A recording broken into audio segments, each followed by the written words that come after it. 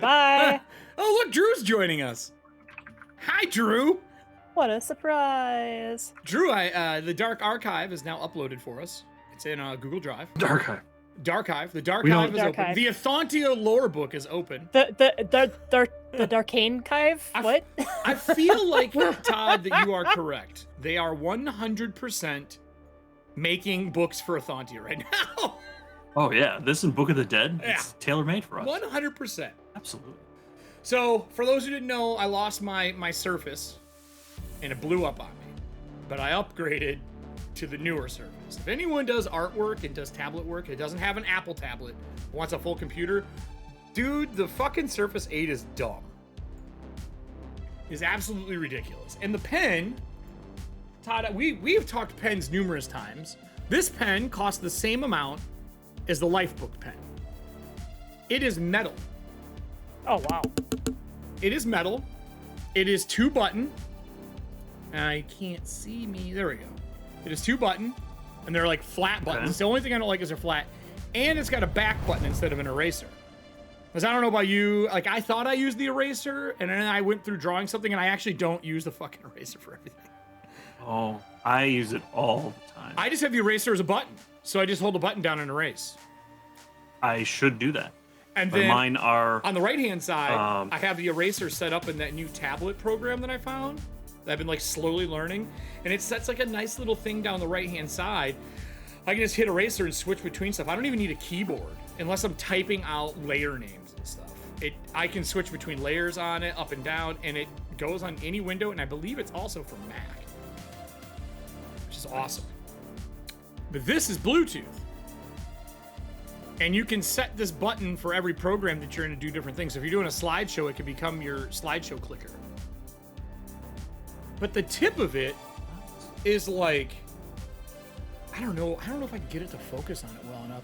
It's like black with a nib in it. And it is tilt and pressure sensitive. And it is rechargeable, and it's got like this plastic cap that goes over it and recharges, and you recharge it like once every 60 days. Nice. So I was like, okay. And but it didn't come with a fucking pen. I got it, I'm ready to draw, I'm sitting down, I'm like, there's no pen. It doesn't come with a pen. Why the fuck is there no pen? So yeah. But that's not what I want to talk about. Instead, guess what came out? You guys all know already. The second Ethauntia book. I mean, the Dark Archive. I want to say that this is probably in my top 3 favorite pieces of art from further covers. But I was very surprised. Ryan Reynolds can do no wrong art-wise. No, he's a god. I was really surprised not to see Brandon Hodges' name. Oh, yeah. Really surprised. This was an odd, since I've been doing nothing but graphic design lately, and Allie, I know you're on that page, I was really surprised to see this big of a shadow dropped underneath to like push it away. It's such a like 90s kind of feel to it. But I was gonna say like an 80s or 90s, yeah, like a it's retro. so odd. But this book to me is I dig it. reminiscent of 3.0 when they made those really cool like sculptured books. Remember the guy was at the convention? But that's what this book that's what this book looks like the old 3.0 ones. But this, yeah, the Dark Archive is out, and my God, Todd, your class is in here, and it may become my class as well. You are not wrong.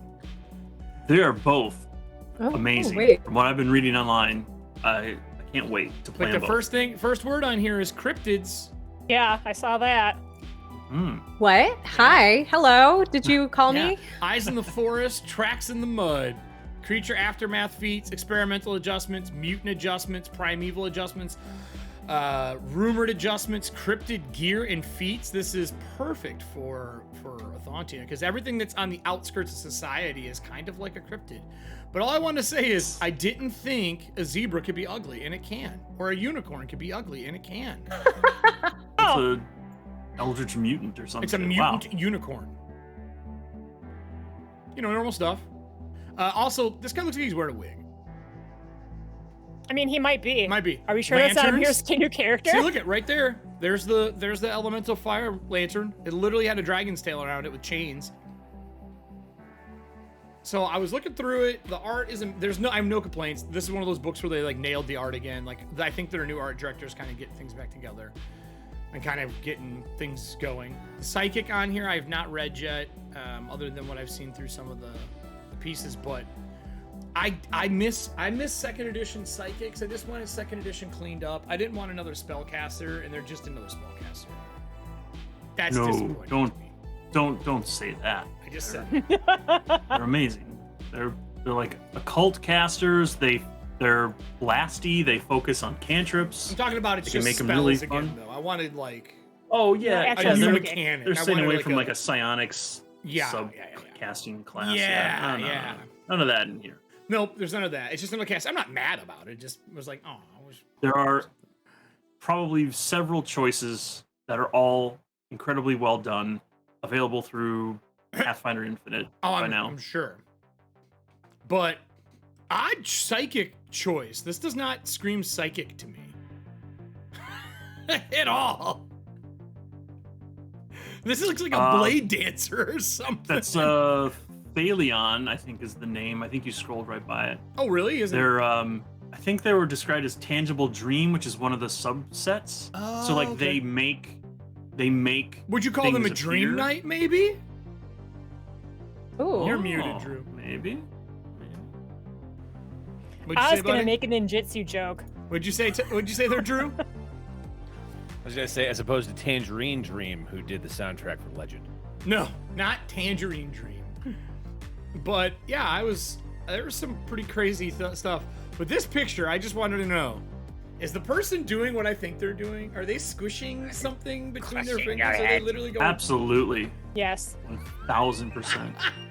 And he has got. That's It looks their- like he just that's got their done cantrip. Bob Rossing his life. Just paint all over his hands, like he's like washing his paintbrush. I was like, let me make this picture size. Okay, Listen, perfect. so what happened was he beat the devil out of it, Yeah. I'm gonna paint it. Absolutely.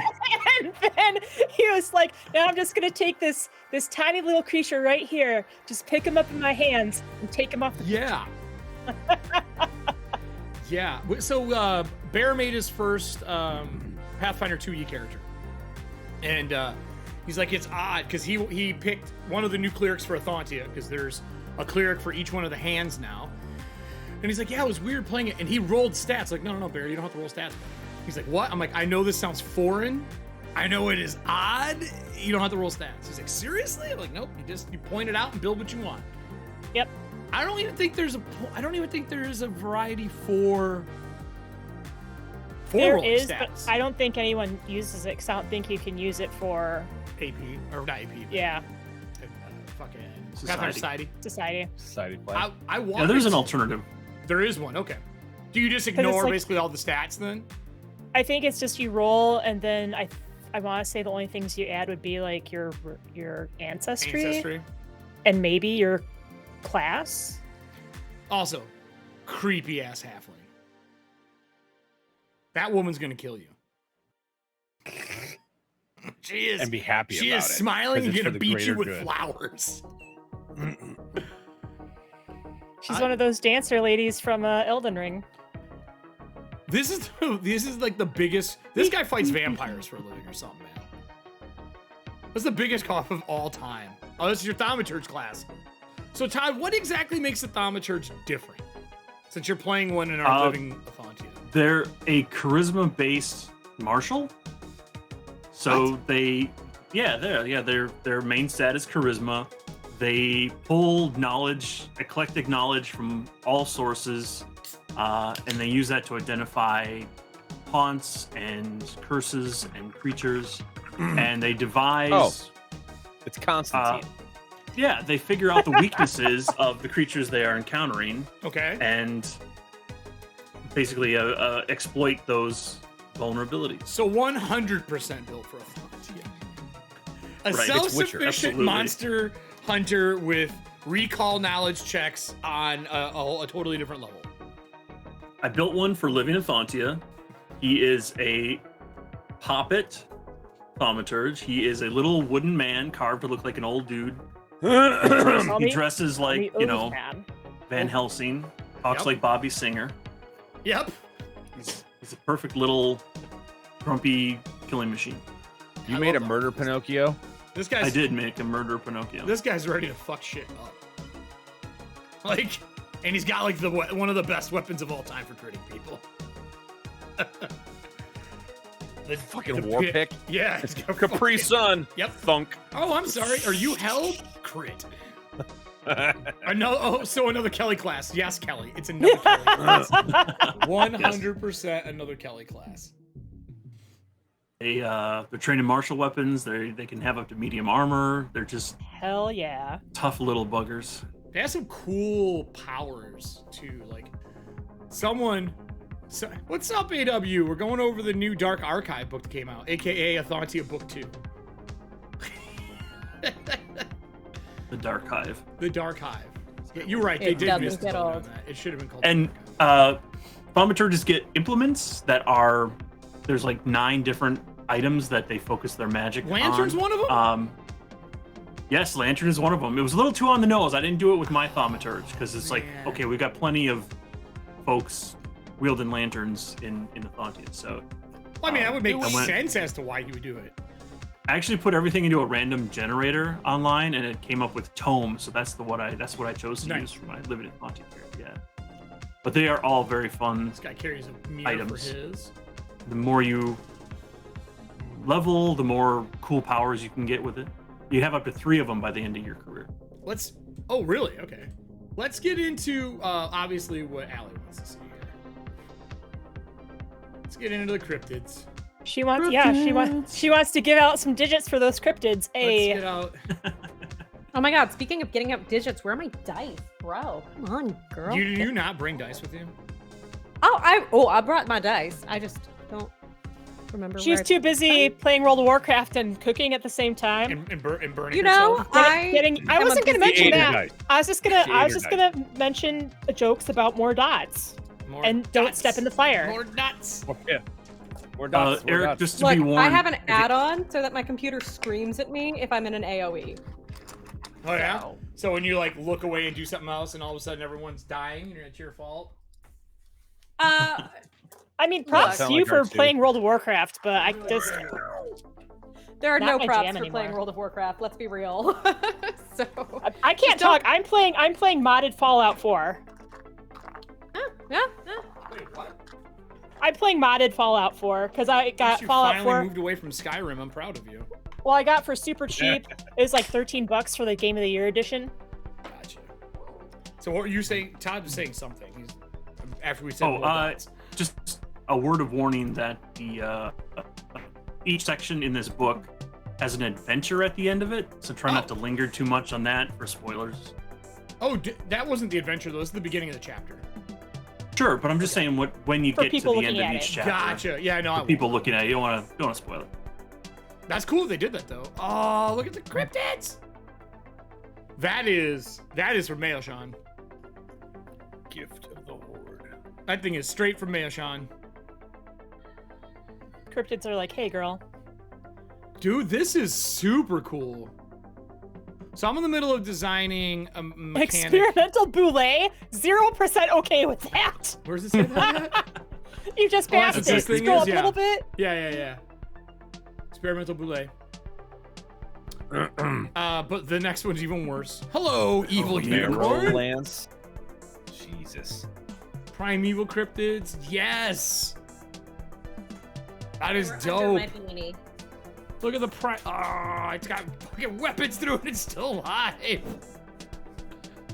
Oh, and that's an owlbear. Someone's dying to an owlbear, everybody. Cryptids. Super cool. Eric must have just seen my picture. No, where did you post the picture at? You posted in Discord? Yeah, the rumored owlbear. Oh my god, I love it. Oh my god, I love it. That owlbear's just spying on you. Oh, that makes me so happy. It's an Alfred Hitchcock movie. It's the owlbear. I just saw Riddle sent me something. And the rumored creatures, if anything, if everyone finally forgets about it, like it finally ceases to exist. Like if everyone forgets its description, but it's like different from everyone. I think like. So it's like the Oh, ring. I heard it had antlers. I heard it had a tail. And I'm assuming these items are made from cryptid pieces, which is what I'm working on right now, is making mechanics for building stuff out of creatures. We did a little bit of it in our last one. What is this? Oh, is it a video? Yes. Did he send it to you too? Uh-huh. Do we show this? Yeah, he did. I think you should. Bro, he got it to work. Okay. It looks Okay. beautiful. I have to. It's I don't even know what to say about this. We've been working on something. I know in the exactly what to say about it. I saw it, I got an erection. That's what That's it's not so what I meant. fucking You hot. stand, Drew. You stand in a stiff breeze and you get an erection. I mean, what's the difference? I'm Kelly, sorry. At this you'll point, get an erection when you see this. I'll just put it that way. You Everybody- open a window when the breeze comes through, and you. Yeah. Riddles, you Also, are the Kelly's not man. The myth, the legend. Hold on here. I'm gonna I'd show be more this off. surprised if you were like, I saw it and I didn't get an erection because it was that great. Then you would know it was real shit. Kelly, get your buckles ready. That's all I'm saying. Hang on a second. Okay. Wait till he puts it in stream. It's in stream. Fuck. So Riddles has been working on something with me because we have a new dice set coming Oh out. hell yeah! And for the people who already own Ethauntia dice, It is so That's- hot. Oh That's my. hot. he got This the is not fucking safe for work. wallpaper to print. This is not safe for work. It's This is fucking Why are you so showing dope. this? I That told looks you. awesome. I fucking told you, Kelly. Oh, I take God back what I damn it. said. What? Eric, I can't believe you're buying one for all of us. That's Yeah. so I generous of know. you. It's amazing. That's not what I said. Oh, Give a girl some God. warning next time, Todd. My I God. did. I Come said on, Todd you know my because I sneak almost attach had to be when you're We're drinking. doing that again. Oh. right now. How? Yeah. I saw a car with that kind of paint job today. It blew my mind. Like it's like you look at it from one angle, it's green, another angle, it's purple. It's just, Yep. Uh-huh. So Fucking cool. oil sheen. It's Yeah, we've been talking about how do we make it look like the tides have stained the box without it being over the top. And we've been playing with this since last year. Like I have the original here that we did, trying to figure out how to make it work. And this motherfucker right here, it's gorgeous. That's hot. pricing to So put up for pre-order on site. The first thing I asked him, I was like, "Oh my God, I need one with a mini slot because I just made." Well, so the bottoms, those are from Talon and Claw, and they can they have the different bottom ones. They have one where it says one Yeah. row of dice and a mini slot. So I think I want one with two, or what? It's Right already now, said is the I'm basic. using this for my Ethauntia dice and the 'cause I didn't have a good use for it. the next step is when the coffins are done with the Kickstarter to see what they look like on the Kickstarter I or don't. on the coffins. Oh, that's awesome! That's the one from Riddles too, isn't it? Yeah, this is from Riddles. It was a one-off. I got it because one, I like the cool design. Two, it glows in the dark. The green Sure. stain does. And also, Nice. it's one of a kind because it was just an experimental thing. So Eric wouldn't have one a week before I did. Fair. Because that's always how it goes. If I Accurate. buy dice, I buy a box or anything dice related for gaming. Eric's like, "Oh yeah, I picked that up last week. Check this out." Hey, it's not son my of a fault. bitch. It's not my fault. I guess we just both have operate good on the taste, same is brain what it is. brain wavelength. Dude, it's the Absolutely. exact same as me saying Todd, get out of my brain. Yeah. And you saying Mhm. Kelly, get out of my brain. We all share Like, the same brain cell. It's We fine. do. We do. I'm so We're an impressed by amalgam this. it creature. hurts. We're a cryptid. We're just- yes. We are a rumored creature. We won't stop Rumored. existing until everyone forgets about all of us. That is so cool. Oh, thanks, Trickster. I see Trickster just showed up. Trickster, are you looking at the Hey. screen, buddy? Look at the new dice box that Riddles has designed. It's like the 8th time I'm looking at it now. Hey, So can't stop. good. Can't look away. So today's episode is just going to be us Box doing porn. reaction videos to Take the my box. money. Take my money. Box porn brought to you by 88 Riddles. That We is never got to the game because we were looking at the box. and fucking reading the book. gorgeous. We were just drooling over boxes all day. So anyway, the Dark Archive came out. And Ew. the Dark Hive. This is cool. Like, I love that they have a hoax hunter kit. What? Is that kit specifically for hunting down Amir's characters? Right. The wooden box edging, unfolds in a stack of hinged trays Look at the holding edging on calipers, that box. magnifying lenses, acids, reagents, comparison sketches of species commonly mistaken for one another, and glass slides for specimen testing. Dude, I want that for Nora. Oh. Not even for hunting hoaxes, just So it's for like taking if you fight an forensic owlbear samples. and it isn't an owlbear, you'll know it's not an owlbear. It basically Brotherhood of the Wolf. That's not a weird creature. That's just a tiger. It's a lion Oh my covered god, in bear Brotherhood fur. of the Wolf, though. So good. That was a big inspiration Love for that movie. Ethauntia. Yeah, it Really? was. I'm gonna have to- So, Big so inspiration. fun fact. So good. Dig up the Before Chad tricked me with his "You want to watch a spooky movie? It's Lions." He made me watch Brotherhood of the Wolf, which is fantastic, obviously. But I don't know if that's really a trick. it was no. It was the Ghost in the Darkness was a trick. Yes, that movie. I don't like that. We've trick. established that one was a trick. However, no, Brotherhood of the Wolf we watched like a week before. So yeah, I cried. But Oh, apparently so you're you not trusted supposed him to is what you're cry saying. You trusted it because of Brotherhood of the Wolf. You and then trusted he him not stabbed you in the once, back with- but twice. I'll Fool me trust him once, a shame third on time. me. Shame on you. Fool me twice, shame on me. So cryptid, Fool me a third cryptid time. class feats are feats for hunting cryptids. We need. So I need to maybe for our next Ethauntia one, we deal with all the weird shit. Look at Harsk's outfit. That's amazing. I made a character like that in 3rd edition who was an ooze cleric who had a little lizard cloak like this that. looks like Monster Hunter, man. But like I want to run one for like all the weird animals and stuff that comes out of the Never, and all the experiments done by weird wizards and shit like that. So this could be a really good book for that. That fact is not fun. Color me disappointed. These feats are so cool, though. Well, there's gonna be. Well, I don't know if this is a fun fact for I was anybody tricked else, and traumatized. but if there's gonna be a fun fact for me, I'm redeeming 50,000 points. oh Get God, me a show, Kelly is gonna NBC. be making. Let me make a note here. So we got to do Kelly's too. What's the over/under on her actually making a himbo and not another skill master? So Kelly, and the 50K is Kelly right now, and Bears is done, and Allie's got to do hers. Well, you It's wouldn't just- let it's me hard- make a it's hard to break matron type. of, or not a matron, a madame of the The Great Lotus. yes. I was like White Lotus, Black Lotus, White Lotus, Black Lotus. It's Nice. neither of those. I In never between. said actually that you couldn't make one. That's not what I said. I said I don't know what you're gonna do in the world when you're out adventuring as a dream knight. Like, what do you do? I run a brothel. What do you do? I just run a brothel. Like, you can't.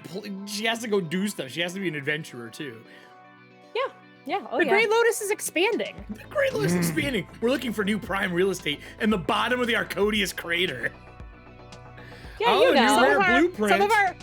Some of our clientele like the big and beefy. Check out our half work on Friday nights, and some of them really like the weird shit. New rare blueprint. It's an experience. Alright. So basically, we'll the new rare blueprint. We will. That's more important to us. New rare blueprint is more important. But yeah, this book is pretty exciting. There's a lot of good shit in here. What is this? Web of connections, secret societies, underground organizations. Ooh, baby. Ooh. Why is there a cat mask? The Cat and Mouse Society? Oh my god. It's just Tom and Jerry. What Victorian? Hey, we're all familiar with this. I've got a delay. Occult skill feats. Yep. God. This is for the game. I don't know, Drew, if you're looking at this and whatnot, but there's new occult skill feats. I did see that. Crystal healing. Are you bad at medicine? Do you believe in the power of crystals? Would you like to have crystal healing? Why are you giving Amir so many ideas? I know. In stream. For those who don't know, for a living Ethauntia, Trickster made a charlatan. Automatic writing. Yes, everything, Drew. Oh, Billy. There's also a new Ghost game out, Drew, on a total side note that you need to pick up that is way scarier than Phasmophobia. What is it? It's called like Ghost Hunt, I believe. Straightforward name. Yeah, Ghost Hunt, pretty sure. This is awesome. That's what I name all my Ethauntia, That's what I name all my Phasmo streams. Oh, yeah. No, Ghost Hunt is a game name. Secret Society members. This book is outstanding. Secret Society gear? Dude, it's like they're getting into like the little minutia finally that like makes a campaign better than just saying you have a name. Like I think it all started for me with the Wayfinder compasses with Galarian. When they started doing that shit and making the different Wayfinder compasses, those are cool. And this is a perfect example of that. Moonlit ink, so you can only see it in the moonlight. Dude, there's so many good things in here. Have these fuckers been watching our streams? Self-immolating note, like this message will self-destruct in 5 Listen, seconds. they just want me to play another spy character. Do. Society I'm portrait. sorry, my hands are tied. I can't roll a himbo. I gotta roll a spy Self-immolating note. Yeah, that's That was awesome, quick. Todd. Membership services, the cost? They have political favor costs. Oh my god, this is Nora's notebook. This is just all of Nora's notes. It's nothing more. This whole thing is just Nora. Yeah. Oh man. Fucking ridiculous. Oh, I forgot. I was going to Kelly, since you claimed 50,000 before we start our show. Okay. I need to manage our rewards. Wrong one. I gotta do it on this one. If you have an extra 10k, you can buy yourself a magical item. I mean, it's a random magic. Oh, no, you actually picked this magical item. Is it the Yavix traveling one? Yes, it is. Hold on here. No, it's No. It's something else here. Hold on. Okay. It is the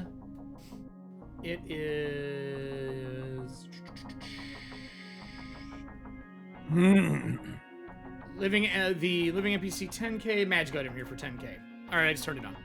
Okay. NPC magic item. It should say. I'll rename that actually. I got it. It says, yeah, I see NPC magic item. It should be living. So if you claim that, you'll get yourself a living NPC item. The reason they're called living NPCs is they are part of Ethauntia, and they're part of Merrifield.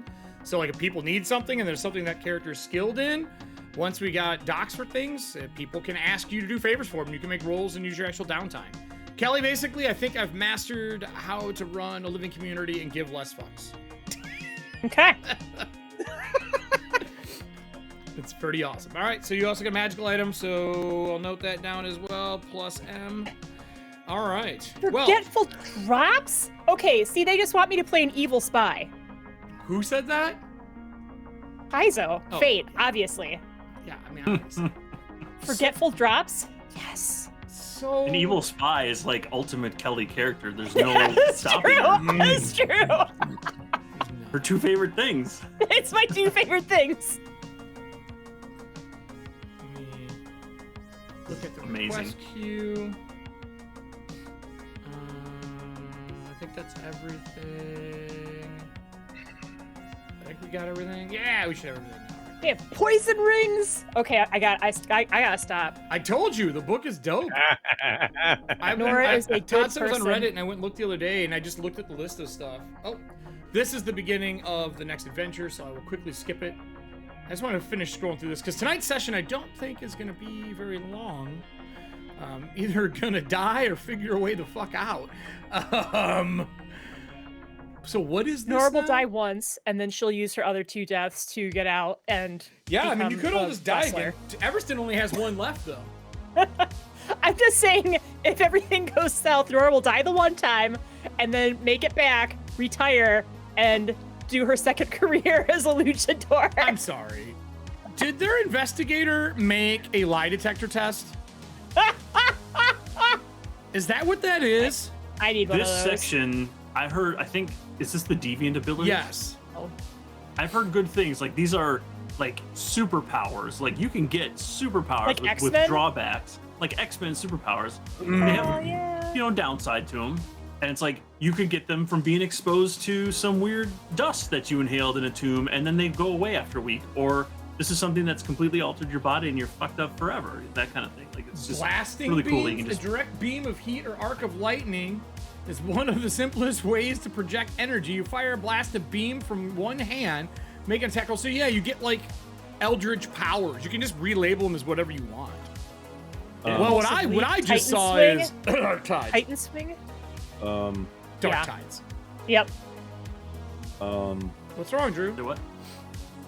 Eric, No, I need you to go to page 184 in this new book. we're getting there Are you on Yeah. 184? because he's just. Oh, scrolling. yeah.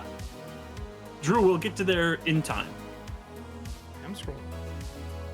You could just build Adventure. Wolverine, bone spikes, Awesome art. Oh my gosh. Titan swing, high speed regen. Doors into the. Oh yeah, you're talking about the time magic, Drew. I already know about that. Talking about chronomancy. We went ahead in time. I know the and- Talking about the chronomancer's in archetype. here. It's an archetype. I know. I'm super excited for that. This is Dorian Gray. The Reflection Versatile Heritage. Wow. Oh yeah, you are a reflection of a person. Whether you're a fucked up clone, you're from the mirror universe, you're you know, like a magical From the experimentation where never? you're supposed to made. Yeah, from the never. Yeah, exactly. Like Ethauntia book 2. This is outstanding. This is better than Book of the Dead. Is this as far as they're like giving me useful haunts? stuff that we'll use, yes. Yeah, it's got a lot more in it. Clone I mean, it really mirrors. does got a lot of cool stuff too. I just used a mirror in the Living Ethauntia game. I wish this would have been out. Yeah, Man. Amir did play in our Living Ethauntia game. Yeah, he did. Man. So Kamea takes 30 actions. Got it.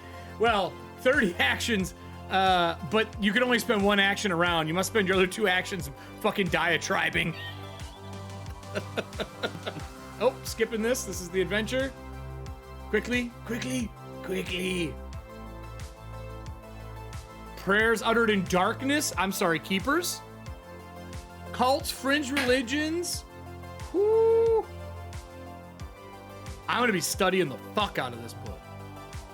Mm-hmm. Okay. Everybody look at the screen. I'll let it wait here for a second just so everybody can take in the madness that is this fucking image. What? I'm so sorry for this guy. He's so fucked. I think that's the vessel form. Let me eat him. No, I think Hard it's vessel pass. form. Hard pass. You symbiotically combine your form with that of an entity within you, taking a powerful hybrid form to temporarily boost your abilities in combat while maintaining control. For 1 minute, It's you the gain the Guyver. following effects. I'm sorry, Guyver. How are you today? Yeah, It's for dude. Mance Mora. It's This for Mance Mora book. and your fucking. Look at this shit. I'm just going from chapter to chapter. I'm not gonna like read everything here. Binder of the Yeah, Soul. I feel like if I started I'm reading sorry. that, like my brain would just like. What is this? Curses, pacts, and cheap. consequences, and ill-thought bargains. It says Frank House Dilemma right below that. You can't Right see there. it. They edited Right it underneath. out. In the Right, yeah. It is a Right. 100% in there Frank House Dilemma. I promise you, just read between the lines. Oh. All right. Cursed items, my favorite. So hold on here. We're almost to what Drew wants me to see. So for those who don't know, my favorite character of all time that I played was a Chronomancer from 2nd edition. He is in this world. I've carried him over to this world because he's my favorite character of all time. I think this Of all group is time. my favorite character to play, yeah, of all time. Of all time. Of all time. Next to that's probably Quillulocks, because I love my Beholder character. Because he has a tongue ring and he licks things to identify them. I need a game with Quill in it again. He's fucking great. Oracle of Mystery. Did I miss it, Drew? What page was it? One You what? just passed it. You just passed it.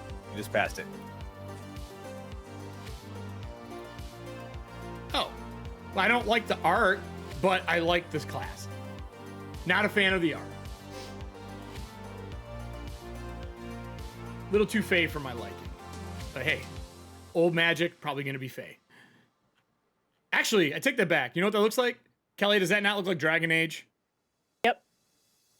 A little bit of blood magic up in there. And it's feeds. That's the Time Mage, right? Yeah. Yeah. But Chrono Skimmer is the one I would play. Yeah, me too. That's more of like a martial time manipulator. Yeah. Because he carried a bastard sword. He had a scythe. That was a bastard sword. It looks like almost like an axe that's transforming. It's his blade comes up and goes out. He could use it as a bastard sword or as a two-handed weapon. I have the character. Second Oh no, edition. I meant for the art that I was looking at. I was talking to Drew. He usually had the scythe on him because he used it as his walking stick because he has a bad leg. Oh, real quick about the Time Mage. They have a level 8 feat called What Could Have Been. It's basically anytime you summon a creature, it's a version of you from a different time or dimension. So it's like if you summon a troll, it's you were that troll in a different version. Hey man, you got to kill all of events. you off to be the ultimate Highlander. That's right. So they have psychic duel rules. Mm-hmm. That's a great picture. There's two people sitting at a table. What are they doing? They're fighting each other. How long have they been there for? 7 days. It's time to. Big Trouble in Little China, baby. Exactly. What did you say, Allie? It's time to what? Duel. Oh. Banish you to the Shadow Realm. Yeah, man. This is a fantastic piece. I'm super happy. I like the layout. I like the look. Now, Paizo, I'm going to say the same thing I say to you every time. Can you fucking please hyperlink your books? Ooh, Mindsmith. Yes, please. Oh, yeah. That's a great image. Spells and item lists. Cool new art. I guess it's like all the items and spells that they put in the game. That's a nice little added piece. Does it have... Is this... So they took the time to do this, but they couldn't hyperlink. Like, you had to build an entire table and go through all of it. You know the page numbers. They're fucking right here. You They didn't want to hyperlink disappoint you, it. Eric. And They wanted to give you something to complain about. Give me the code so I can hack it open and hyperlink it. What are you smiling about over there, Allie? Your brain just melt? Your brain melt? Yeah. No, I just realized something. It's all good. Is it a good thing? Because that was a smile that turned into a face covering. Yeah, no, I realized that next week is my birthday. That's it. So I was like, I can buy myself this as. Oh, my your birthday's at Gen present to Con? myself. Yeah, dude. Oh, technically, day after my birthday, I fly to Gen Con. Yeah. What? Wow. No, That's we're awesome. Drinking. So, So that was me being like, oh my god, because that's the thing is I was like, oh, so we're off the first week. We're off on my actual like birthday, which is why I was suddenly like, wait a second, wow, it's a week from now. When in my brain up, it's been DK? like it's a month away. So what up, DK? So we have the new map. I got to update the new locations everyone picked. This is the situation we will be in when we start. That ginormous giant in the lower left-hand corner. But just because people show back up, DK, hey buddy, look what came out. I got this today. I'm super excited. Riddle sent this to me, and I want it now. Right I want meow. this now. He got All right, the meow. damn. You got Oh, COVID. fuck. Oh, Bear is super sick right now as well. I want this now. Riddles, answer me. Must know price put on site. Right meow. Right Yeah, meow. so beautiful. It's so good. Give it to me. Well, you know, when Serving Hand sees this, she's gonna lose her fucking mind. Yeah. Oh my gosh. And that paint, that's is that a color shift? it is a color shift. We're working. Is that it's not is that a turbo door? It's either Turbo Dork or another company that we were looking at. I don't know which one he went with. Ooh.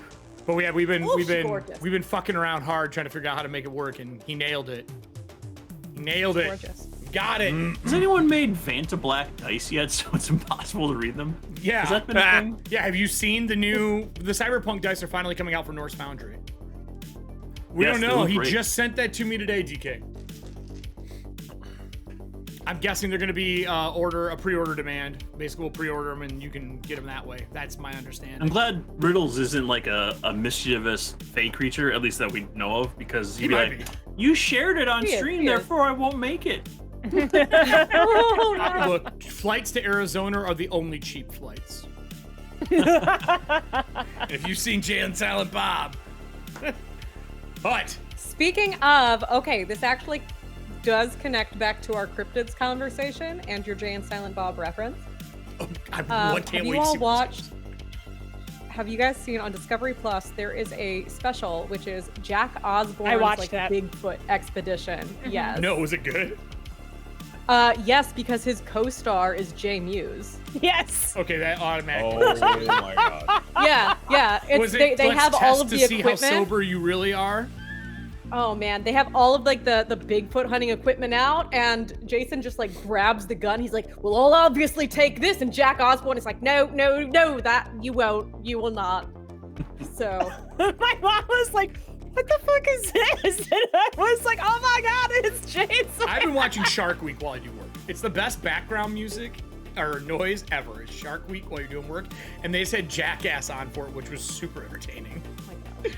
because they do things. Jason Mewes is a hard worker. He got clean to do Jay and Silent Bob Strike Back, and Kevin Smith told him to like just learn your lines. These are professional actors. Not only did he learn his lines, he learned everybody else's lines. He memorized the script word for word and was helping people with their lines. Are you fucking That's serious? how dedicated he was. He's so good. Yeah. He's so good. He always seems like a cool guy. I've never met him. Super cool. Yeah. So with that, I met him. I was working the booth that was Caddy Corner for him for a weekend a few years ago. oh really? Super, oh, that's super cool. chill. Yeah, dude. They are, I should say, super short on hero points. Like, beyond recognition. The new merch is all up as well. Prices are going to be changing on the merch here soon because, unfortunately, between shipping and everything else, I am not making anything off of them, and I had 2 orders cost me money, which sucked. But shipping apparently is a nightmare, and it didn't auto-update it. So anyway, if you want hero points, they need hero points. Bad. They're fucked. Foxglove is at a 0. She only gets a patch, so for those who have patches, feel free to assign your patch to someone tonight. I can only carry 3 at a time. And we're gonna play the intro, and I will give us our whole rundown for what's gonna be happening tonight. Because I'll remember we left them in a horrible magical ice storm on a sunken shelf in the middle of a frozen tundra. So, and then there's giants calling at each other. There's no way this goes well. And something about I don't know, the Avatar of Darkane.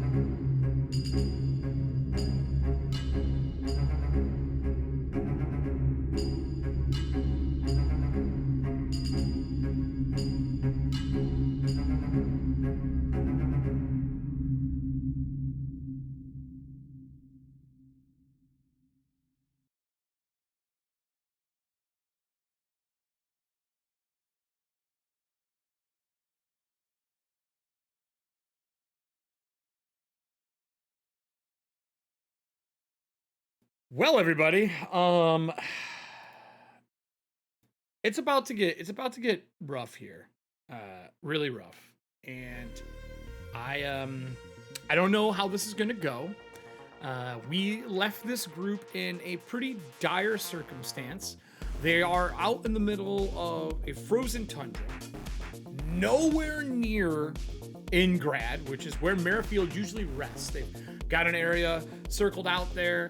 It has been 18 months since they vanished. They were stuck in a nightmare. They went through a dream realm.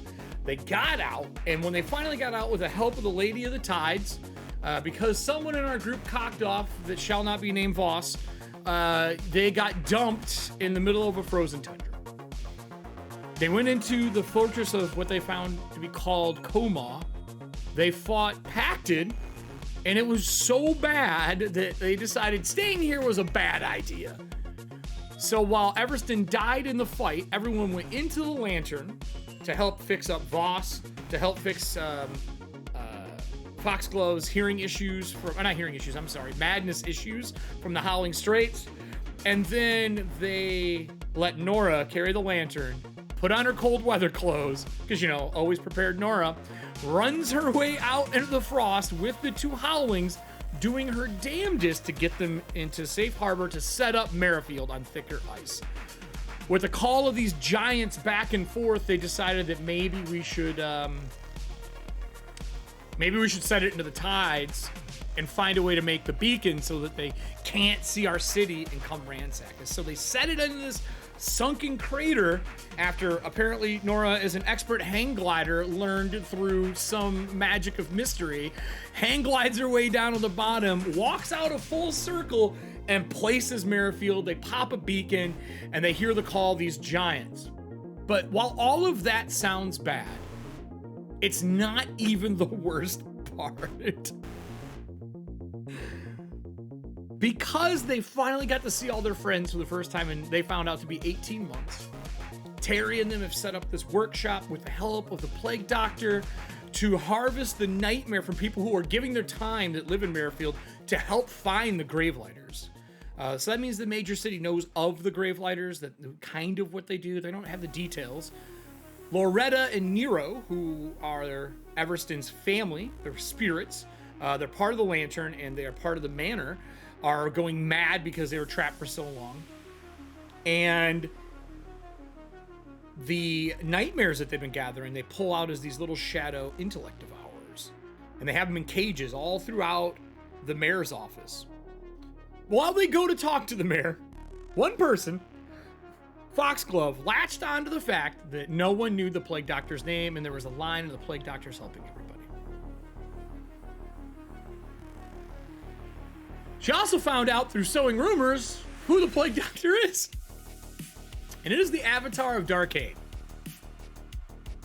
Darkane is the big bad this season.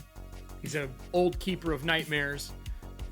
And I think, if I remember correctly, the scene we left off in was Foxglove telling everybody the Plague Doctor's real name, and he's the avatar of Darkane, as the sound of the horns go off from the giants trying to talk to one another. So, hey everybody. Yep. I hope you're ready. I feel so bad. Are Do you you guys? though? Not really. Yeah. No, he I don't doesn't. feel shit. 0%. 0%. Sorry, 0%. So you have the beacon up and running. Let me change us from this. I mean, I don't know. This 80s music is kind of suiting because we're playing Dream in the Dream realm half the time, but we'll switch it back over to the right stuff. We'll go back. What does the crew want to do with all the information you have? The giants are moving this way. There's one to the south. That is the closest, the southwest. I put him on the map. There's another one to the northeast, and they're calling to each other through this horrible ice storm. You've gotten everybody in the city to pack their fireplaces, seal up their windows, turn off their lights, and bunker down until you figure out how the fuck to get out of here.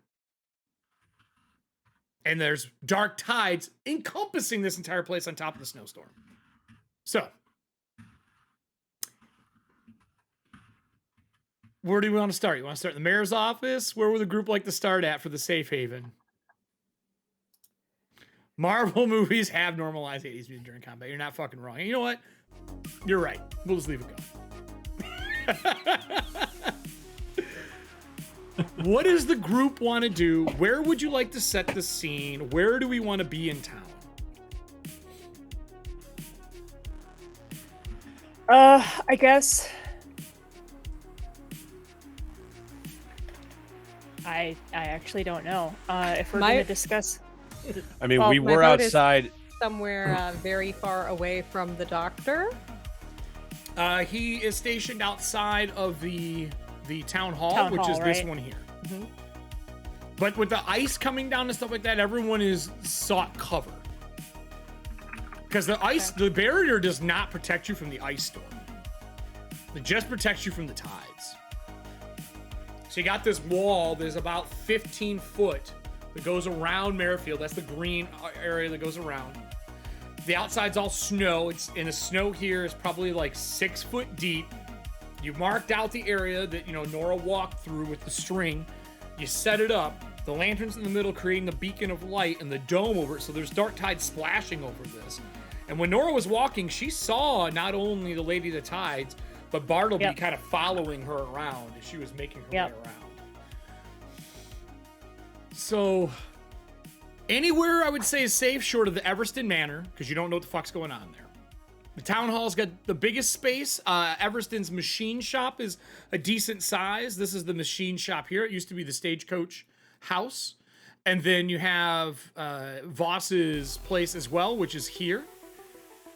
His staff shop, along with his 2 representatives that can help, and the sorceress. She's here as well. The old practitioner that taught at Thunderstruck Academy. This is Town Hall. I think Nora's office, if I remember correctly, is this one back here. Yeah, I think so. And then this is the bullet parlor. And this is the train station. One of 2. Like, this is the main conductor's area where they do their traffic. This is where people would load on and off.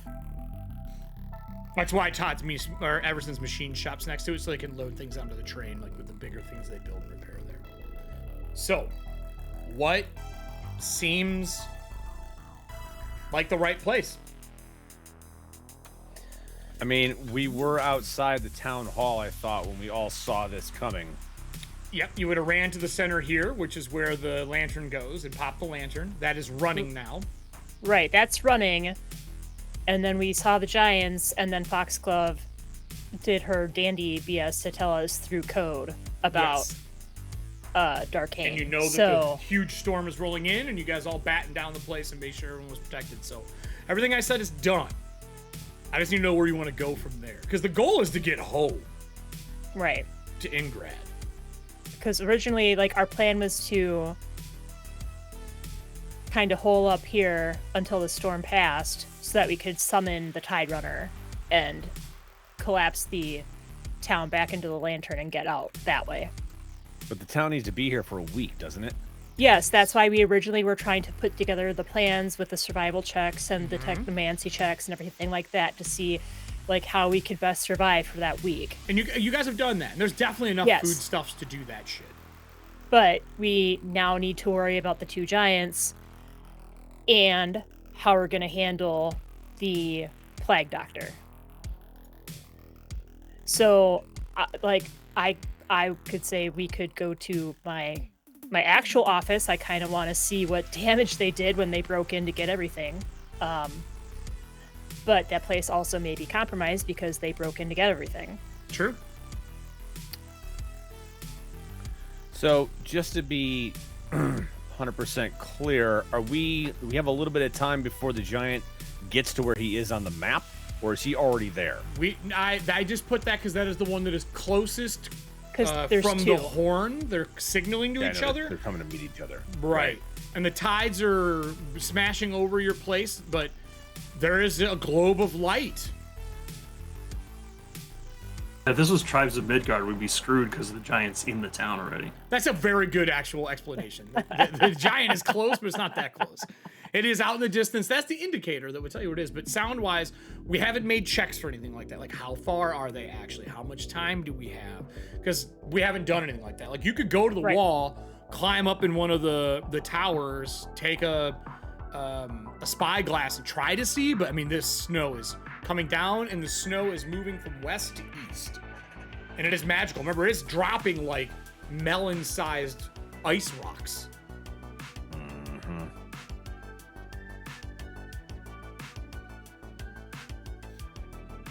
Tell someone can make fucking change weather, but I don't think anyone's playing a druid right now. No, but is the druid here? The druid Eodin is here, but he is not a druid of storms. He has no way to do it. He's a druid of oak. He's actually going to help keep all the buildings repaired as things get damaged.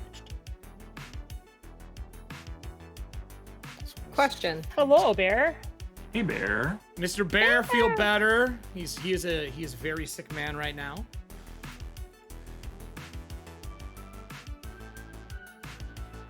Sick or like sick? Yeah. Also that. This dude is sick. Here, Bear, I'll distract you with a visual while you're doing that. And we are talking about what they want to do in the city. I will distract you with a visual. That distracts us too. Well, don't look at the screen. Can't help it. Can't do it. Let me switch this to the right one. So I Dying don't in the necessarily- ER. I don't necessarily know if that would work on the Giants. Oh no. He's not actually dying, but he's very sick. No, Bear, are you in the ER? Yeah, he's in the ER. Yes. We're not having this discussion right now on air. He's in the ER. He'll be all right. He has got extreme nausea, is what I will say. Barry, you can talk about it. Just don't distract Drew. He's like a cat. You got to be very careful. Don't put string in front of him. I'm looking at what? Yeah, see?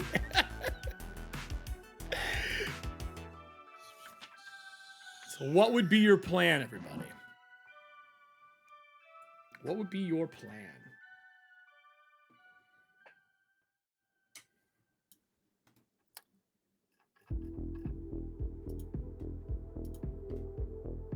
I mean, you know what? If no one else has an idea, I'm going to go to the Lectorum and see if I can find any information on past storms like this. Using the Lectorum does take an hour. Would you like to make a survival check to see if you have an hour first? Yeah, I can do that. Just because you don't want to go there, do it, and find out they're going to be here in 15 minutes. Right. Or you can ask one of the Earth Guards to do it. Let's see. I'll just do the survival check real quick.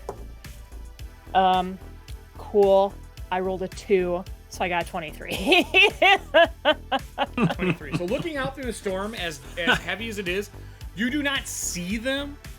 Sound-wise, you're guessing they're about 2 miles out. That one that is the closest is 2 miles out. Right. The one that's and calm then- responding is probably 10. So then, because I actually saw how big they were, could I do like an intelligence check to do some quick math on how quickly they'd be able to cross that 2 miles? Depends on if they go directly towards you or not. I mean, they could cover the 2 miles in 20 minutes max through the snow. Well, I mean, yeah, I'm going to assume worst case scenario, they're going to 20 come right minutes. towards us. You're smart enough. So, Just calculating yeah, with the okay. snow what there is, 20 minutes for the one that's 2 miles out. Okay. Trudging through snow. Now, if they're calling and stopping and checking and doing stuff, maybe you get an hour out of it. Right. So that's kind of what I tell the group as we're trying to figure out where we're going to meet up. Listen, I don't know how long this storm is going to last, but I do know that at worst case scenario, we've got about 20 minutes before the one closest to us hits us, because I actually saw one of them in person, not in person, but I saw how big they were when I was traveling with the Howlings, and one of their feet was like 18 feet. So we need to move fast, because best case scenario is we're going to have about an hour. The sorceress would say, well, we could bundle up, send somebody out as a distraction team. I mean, Send some Earth Guards running through the snow. I can give them flight. We could launch shots at them or near them, distract them, and run them north. I could check to see if my skiff is still here. Skiff is on the. Yours wouldn't be here. Everston's would be here though. Okay. Take that But one. it's gonna get pounded by that weather. It's gonna take damage. Right, but it might be faster than having singular groups go out. Yep, it could be. Or having It's or a having larger a group target, go out that's with for sure. flight. What's the sorceress's name? Kellid. Her last name's Kellid. Kellid. Thank you. She has a Streamloot card too.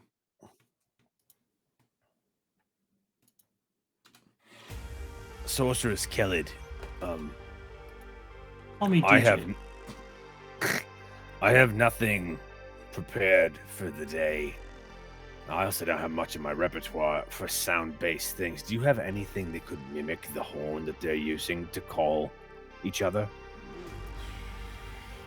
It could be as simple as going either northwest or southeast and blowing that so that they come offline to meet up. I don't deal in illusionary magic. That's not my forte. It's like, you know, she like electricity.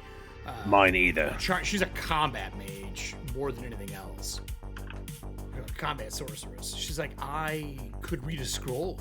I could easily do a scroll, but out in that weather, doing a scroll is going to be almost impossible. I could Wait a hold minute. the scroll, and a magical rock goes boom. Fuck. What am I thinking? What am I thinking? Hang on a second. I will say Everston could try to pull something out of his bag of goodies. He can search for a horn, or he could or you and Voss could cobble a horn together with stuff out of your bag. That's actually exactly what I'm going to do. I'm going to build a horn that we can blow off of, like offline of them to draw them away. Do you want to make a magical horn? Because this thing is loud that they're using. It's probably size that makes it so loud, but you may need something else to do it. You know what I mean? Like you might need magical abilities to do it. Well, since technically I've now visited a new settlement again, aka Merrifield, I Yes. can use predicative purchase again too. What the fuck does that do? Says, what do you need? I got it right here. Yeah, that's kind of it. Anything that's half my level. We have magical arsenal ready to be deployed as well. We could pull one of those. Yeah, and Hope you that could it's put that a together horn. to make a horn. Yeah. Her name, by the way, her first name is Ivian. Ivian Khalid. Ivian. Yep. Says, So well, I mean, I can grab an item. It can't be magic. a normal It horn's can't not gonna be magic loud item, enough but- unless it's big Right. enough. So now, granted, you could like get like a replacement horn for that you would have for like the air tower, mount it to one of the boats, take it out there, and like cast gust of wind through it, or have someone who can breathe real well blow on it to create the noise. Yeah, A magical no, gust of version's wind just is gonna exactly be what an I was activator. thinking. Like you'll just be able to make a magical horn that makes a loud blast of sound X amount of times. So it depends on which one you want to do. One's a size deal, and we'll need a boat. It's not a bad plan. The other one's a magical version, and will just need to be crafted. One you're just mounting to the boat. The other one you're crafting it. But it will give you a magical version, and you could duplicate the noise exactly. Good check.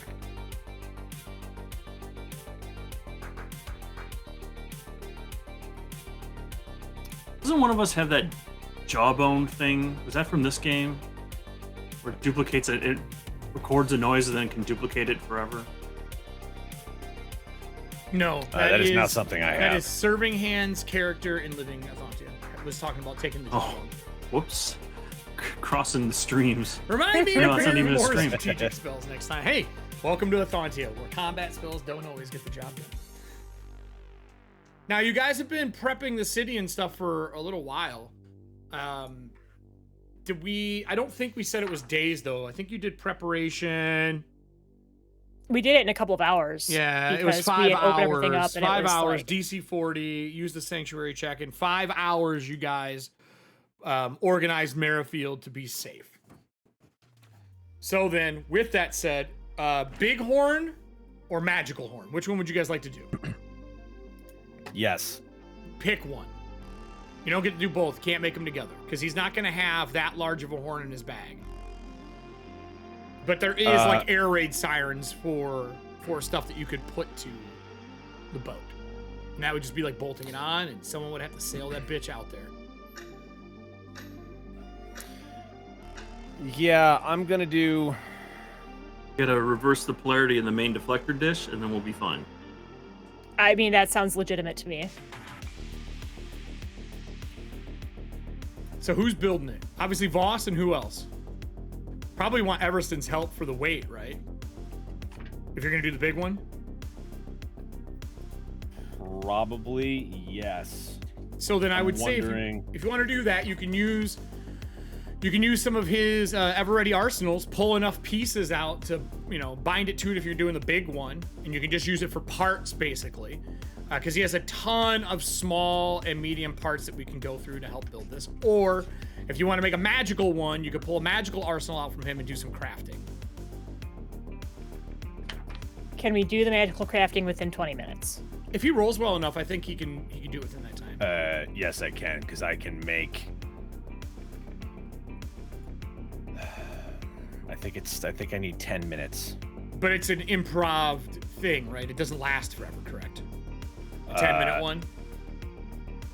It is a shoddy item that I can make a shoddy item for whoever I want, and they will not have to deal with the penalty. Anyone else will. That's so it's like shoddy. You're like, I made this specifically for your lips. Blow properly. Exactly. Okay. But if I'm looking to see what level a horn is, because I can do. For one of this size, it tend to be a level 6 item. To make one of this size. Or 5, sorry, level 5 item. I have the stat block up for the creatures, so. It's a level 5 item that you would be duplicating. And I have a DC already. Way ahead of you. Because crafting takes time. Well, while you're discussing this with yourself, what about Foxglove and Nora? If they're going to build the horn together, what are the two of you going to do? Oh, someone just gifted packs. I mean, if I'm not needed for the horn, at least the building of it, then I was gonna pull Lillian to the side and try and get this guy's real name from her. Yeah. Because I already have. Hey, Raven. Oh, but I already have like 3 steps I want to do to start researching him. For sure. Yeah. No, Lillian would definitely go over there. I was going to say, like, the only other thing she would be doing is trying to influence nature, which I don't know if that even will work in Merrifield. Influence nature how? What is that? Is that an ability? That's one of my skills. So influence the behavior of certain animals in the area. With patience and time, you can make bird calls, leave game trails, and ultimately influence the behavior of a certain type of animal in the region to favor and even aid you in the days to come. So I'll tell you what, that was more. If you want to risk going out in the snow, fine. Because remember, you did see one of these giants dragging a mammoth. Mm-hmm. So if you want to try to find mammoth tracks and lead mammoths along their path to lead them away from the city, that is not impossible to do. But you would be going out into the tides by yourself, or maybe with a friend, into an ice storm, trying to do this. Totally cool with it. Can we send a message to Grey Tusk? Sorry, wrong game. On the Patreon game. Not even the same game. We'll just use Bornheim to send a message. I'm not opposed to that, though. That is not a bad plan. Like, it really isn't. Like, because they're out here hunting. And remember, the two howlings say they hunt and the storms because people are sheltered and they know where the shelters are and they go to those shelters and hunt people down.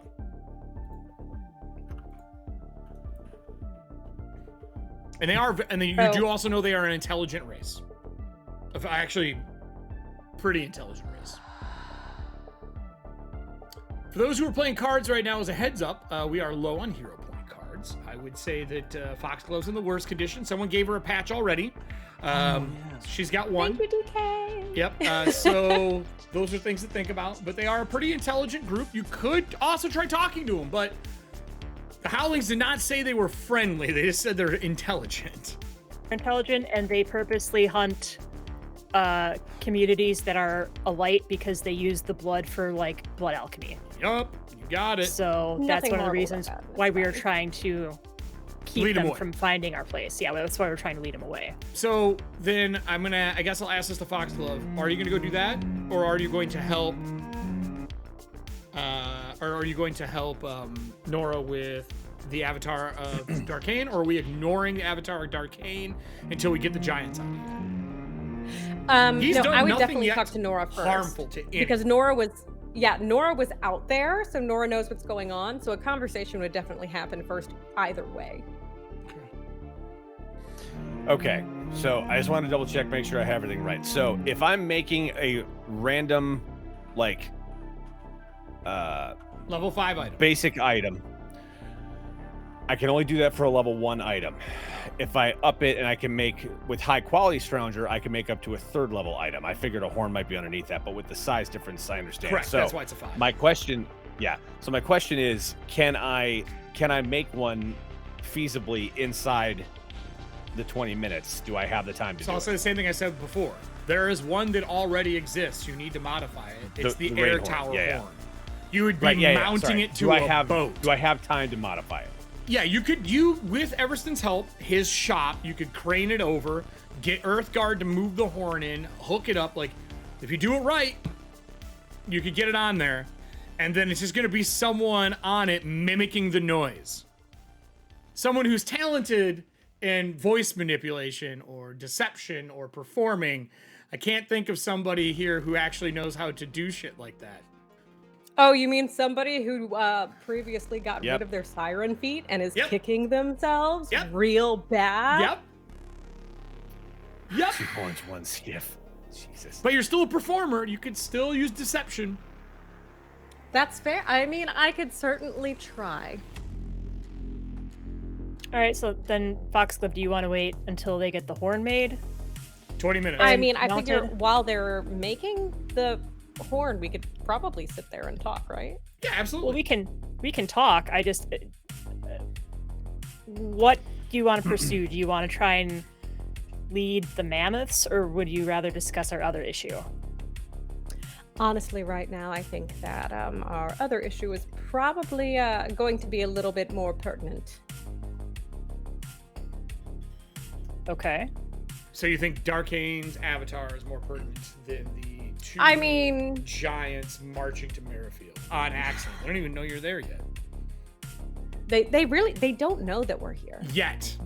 They don't know that we're here yet. They're in a collision and course. if they don't realize, then they're just going to stomp on us. And if they do realize, they're going to try and use us for their blood alchemy. That's a good point you make. So, I mean, he doesn't seem to know that I know. So No, he does didn't not. think that you know. Correct. So I guess we could buy a little bit of time, but we can't buy time if we're dead from blood alchemy sacrifice. Correct. Okay. What exactly are the conditions? Is it still a little chilly out there? The storm is moving in. The storm is going to do 66 cold damage and I think it was 46 magical damage.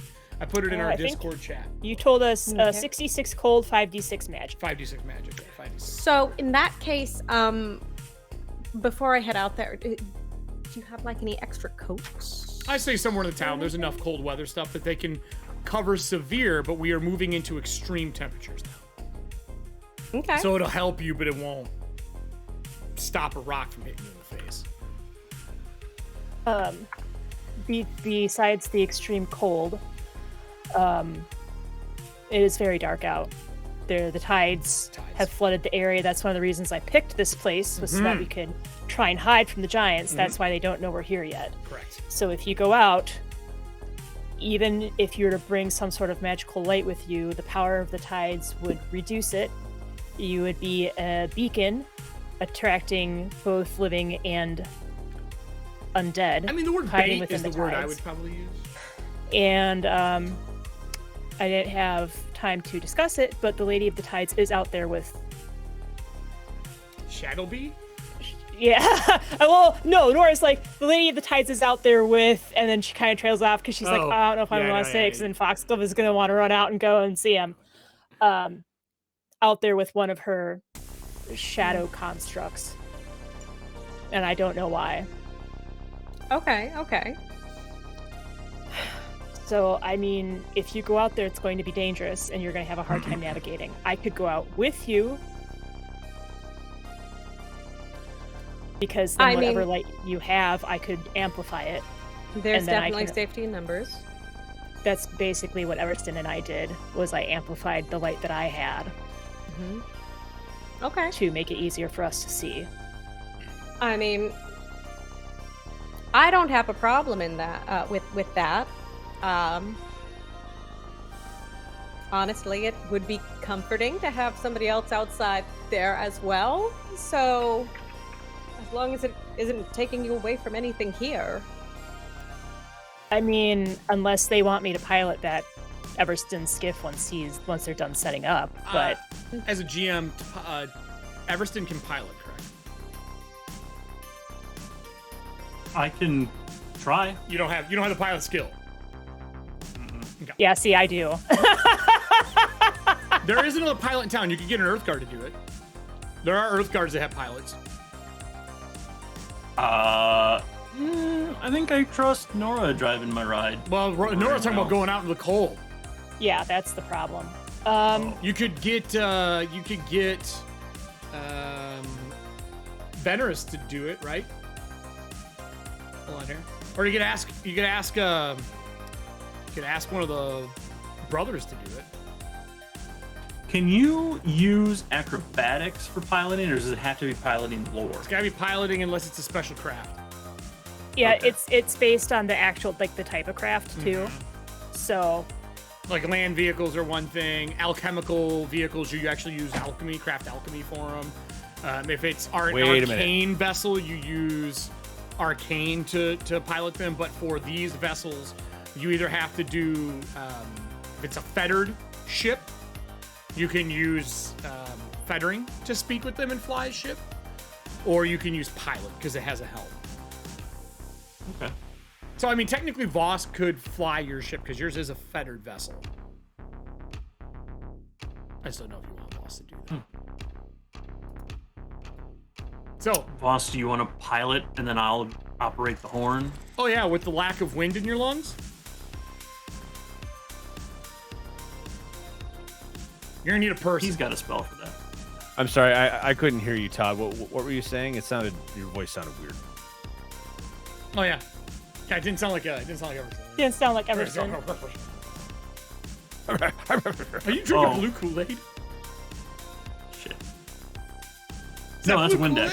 Kool-Aid? Just drinking some Windex. It's It's gotta Windex, punch. thank you. No. get the streaks off the window to the soul. That's Look, right. if I'm going out there, I need plenty of mana. Oh my god.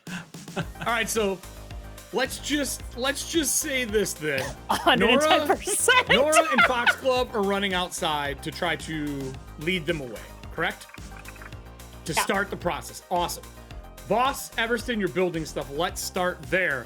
Voss, Everston, the Earth Guard come in.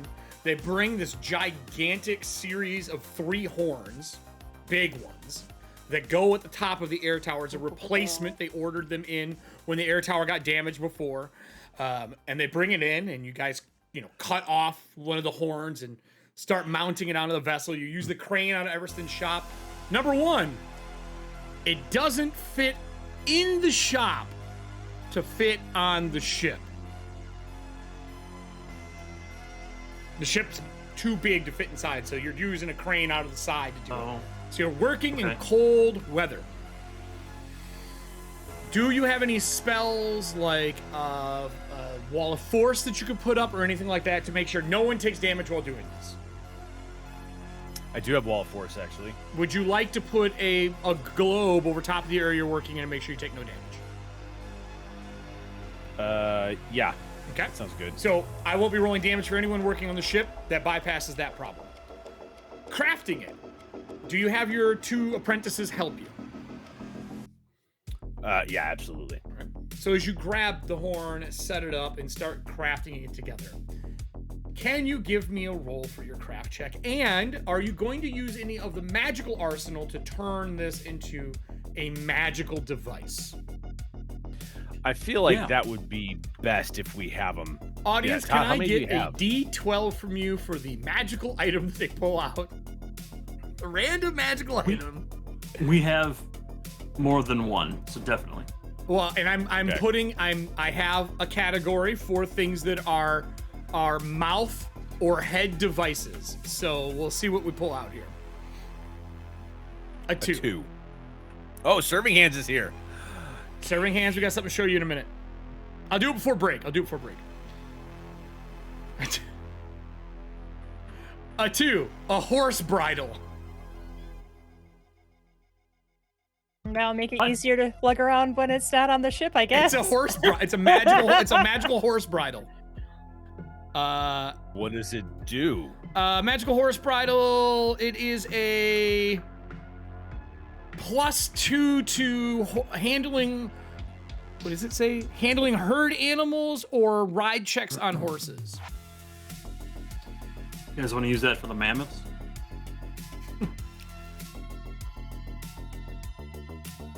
I think we'd have to put it on them first. I don't know. But you how could they would take that appreciate and that. put it into the mouthpiece of the horn and use it as a bonus. If you're interested in doing that, the DC will just be a little higher to craft it into something that's magic. Yeah, just MacGyver that shit. We'll be fine. That's what he does. He bolts everything together and somehow it works. It's true. And I mean, I have magical crafting. It's kind of my bag. Okay. Are you? So Same. we're just using this. You don't have to use any other magical components. Out of the scrap pieces, out of Todd's scrap that he has, Everston's scrap. I assume just in Everston's machine shop, there's just a pile of just junk that he has collected. And I'm assuming Voss has added to that pile over the fucking years. Just stockpiling. My good friend. Like, why is there half of a metal snowman? It's never trash. It's always organized, my first though, ancestry because of... feat. It's never trash. Oh, nice. It's never trash to him. Everything's a prized possession and treasure. Then I would say you're also going to have to use 5 arsenal base to craft, the housing unit and all that kind of stuff for it. So small arsenal 5, magical arsenal 1. Okay. All right. Give me your craft DC, Mr. Crafter. And then are they assisting you? Yeah, I'm assuming. Well, I mean, I know Todd is. Well, so, no, and the I guys will are, have I them. mean, your team helping you craft. Like, he's not. Well, actually, Todd, you have crafting, don't you, for your machine shop? Dude, Yeah. I am a master level crafter. Fuck, with you could magical craft. crafting. They're just, his 2 apprentices are doing what they always do, holding stuff. Because they don't have crafting, even though they're part Just of the Emerald Order. Holding stuff. human clamps. Clamp. A clamp. Todd, what do you give me for a bonus there? You're master, so it's a +3, yeah? Let me just roll real quick here and see how much I get. Ooh, this is looking good. This is looking like a 33, so you'll get... I don't know what the DC is. Oh, wait, it's 20, because I'm 80. So it's a critical success. You get Plus a plus 3? Plus 3. All right. Do I have any negatives for anything that we're doing? No, because you got rid of the storm. The only thing you have is you're doing it hastily, so that is a DC increase. So I've just increased the DC on my side. That's, yeah. It's easier for me just to also my bump the bag. DC than give you penalties. Hero point? Okay, first hero point. You're using patch or an actual hero point? Patch. Okay, I'll mark it as a patch used. Do this one right here. All right. Okay. God damn it. Cock dice. Uh-huh. What you got, buddy? I rolled a 1. Both times. As you're putting it together, and you get the bridle in the first time. You hear It's a good horse way to get noises. destroyed, Die. I don't care who made you. You get horse noises pouring out of the horn, and they are fucking just as loud as you wanted. And then you hear the sound of the first horn go off, the second horn go off for the two giants. And then you hear the third, because someone played a new monster and claimed points in chat. And you hear the third horn go off from the southeast. Further away, All right, then I guess we're running this bitch northeast. it just makes horse noises and it breaks. That's fine. They're hunting. I'm You fine rolled with a it. 1. It breaks. Fuck. Blows the whole mouthpiece out. Now there's 2 other horns. You can do it again. And that'll take us over to Foxglove. There's only one cup. It's going to take us over to Foxglove. And Nora, let's go over to the other screen for the 2 of them. So you get to the gate. And at the gate, it's closed. They have like blankets over it to stop any wind from coming through. One of the guys in the towers looks down, the Earth Guard. He's got his rifle out. He's got a Sky Hunter. And he's got like all of his robes on, and the shutters are closed inside of the tower. He looks down and yells. He's like, "You're not going out in this, are you?" So I put in chat, you didn't see it, but while they were doing their rolls, I was going to try and make some rolls to find some 5th level scrolls of Endure Elements. I know Okay. that's very rare for them Let's to be in the see. city because of everything that's happening. Well, but hold on. There may be a card. Let's look up scroll. Spell, I mean, not spell. Spell, not scroll. There is 1 card played on the 12th for a new spell. So I would say if you would like to use that card, you 100% can find one. Might as well. yeah, I don't know like who would. Dude, there's shops here. There's Kellid. Well, yeah, there's- no, I mean it's just let's do that. We'll only get the 1, but Okay. I'll have Foxglove use it, and then. Although this isn't exactly what I wanted to spend it on, I will use my planning feats from Investigator to get a 3rd level version for myself. Okay, and you get 3rd level for yourself. And We have I a will level 6 pay, city, so that's totally doable. and I will pay out of pocket for the 5th level one, if I have to.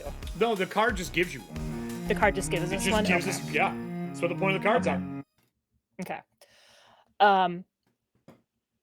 So that's it. So I'm like, okay, so we get the 1, I get the 5th level one, I give it to Foxglove, and then I search in my pack, and I'm like, I know I have one in here because of what we did with when we went to Moldavia, and then I pull out the 3rd level one for myself.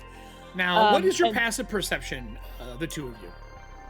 My passive is 37. Okay. And mine is going to be 32. Nora, 37. Foxglove, 32. When you look up, even through the snow that is pounding down into Merrifield, this man has got like huge shadows under his eyes, like down to like cheekbone level. This man has barely slept. He looks kind of just wrecked. We have not talked about this because we haven't been back to Merrifield in so long. He has physical, but he has mostly emotional damage. Do you all want to use emotional HP cards on him to make the call for him to open the gate easier? You're gonna have to do a diplomacy to get him to open this because he's been told to keep the shut, not to open it. Yes, because I also want him to be aware enough to protect the city. That, you know what? That's call. very That's a good good call. because of his emotional damage, he's at a -5 to all of his checks. Yeah, so So emotional HP, we have a total of 40 of them. He has 10 points of emotional HP damage. Basically, it's just status effect. right. Or not 10, sorry, 5, because he's in a -5. 5. So if you'd like to heal him that, what are you guys saying to him to keep him? Are you gonna like give him a break, put somebody else on the wall? How do you want to do it?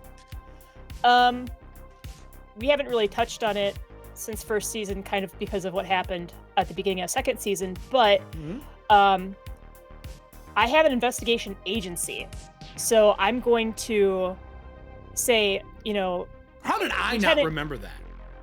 You gave it to me as one of the successful, as me being successful in one of my side quests. So I have Tenwick's investigation agency, and I'm like, you know, Lieutenant, you look super worn out. Why don't you take a break? I'll get someone from my investigation agency so you can take a breather and recuperate before you go back on the line. Because I know if I tell you to go home, you're not going to listen to me. I just want you to take a break. Okay. Just a breather. So who are you just going to put a random person in the agency, or are you going to put your companion up there, the florist? I would... We didn't flesh out the actual members of the team, but yeah, I would have Daria like go check for a little bit. Okay. Because she's got to be pretty tough to deal with murder plants. So murder plants, you? Yeah, murder plants, me, my kid. So I would have her spot him for like a half hour or so. She'd be able to keep herself warm, and then she might even have some herbal concoctions. So she shows up like a few moments later, 5 minutes later. You go get her, bring her back, or yell for her or whatever. And she makes her way through the town, and she brings like a hot tea set, tells him to lay down in here, take a nap. Here's some tea. I'll watch over the stuff. And she pulls out her scope, and she pulls out a fucking Sky Hunter and sets it on the ledge. Well, I know I didn't give her that, but nope, it has, still... but it has the Dream Knight logo on it. Okay. I think I don't know if this was in a dream or in real life, but I do remember giving her some of my old armor. Yes, to protect herself too. She does have real armor. Yep. Cool. So you're gonna head out into the fucking frigid cold. That's right. Which way are you gonna go out of the city? What gate are you going to? You're gonna go out over here, because obviously the crater is not here. Are you gonna go out this way, or are you gonna go out over one of the railroad tracks? I think do we have to pass? Oh, go on. Sorry. This is the closest one. Right. So I was gonna say if we knew like where we don't know anything. Let's just whatever one is closest. The closest is this one. All right. All right. So you head out. In the as long as it's not like, as long as we don't have to pass like near town hall. Well, we were at town hall, so. No, you would have been at his machine shop. Everybody would have split up from here. You'd have went down. Here, actually, hold on. I can make this. Yeah, because we would have been like, okay, let's break because we got to figure out what the hell we're doing with the giants. Boom. Okay. And then out the gate. Like that. Okay.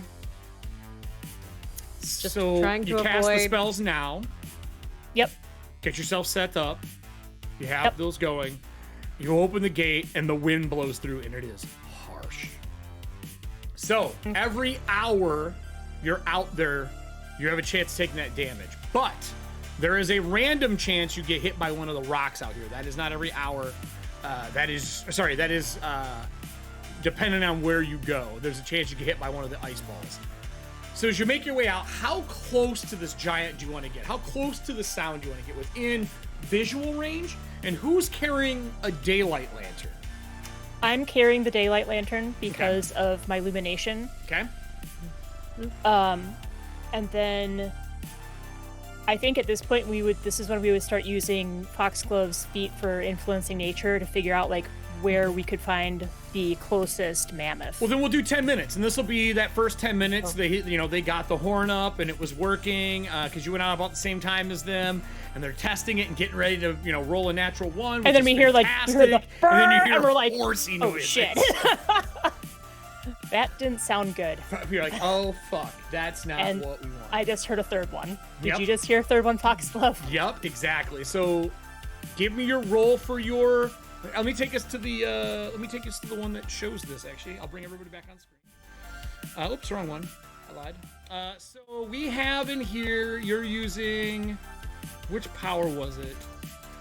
What was it called? I'll throw it in. Influence nature. I got it.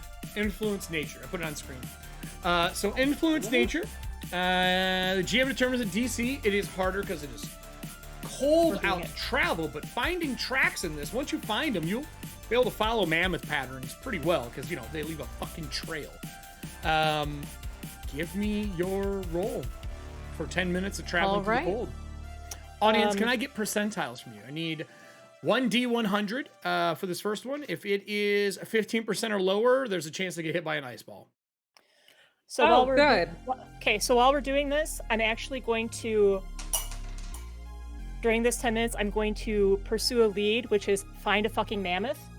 Then I'm going to use my It's written on the file. To investigate. Block lettering. I'm doing a mental file. Foxglove and the mammoth. Oh my god. That way, when I do this, I can get a +2 circumstance bonus to my nature check because I'm gonna try and aid her. Okay. And then let me see if I have any feats that would give a bonus here. Shared stratagem. No. So martial artist. Follow strikers. I have a DC here already set for this. I can't believe I'm doing this, Eric, but I would like to redeem the patch point from no. Oh, okay. For that roll. Okay, so you're down to 0 hero points right now. I still have my patch. I still have you my have one own too? patch.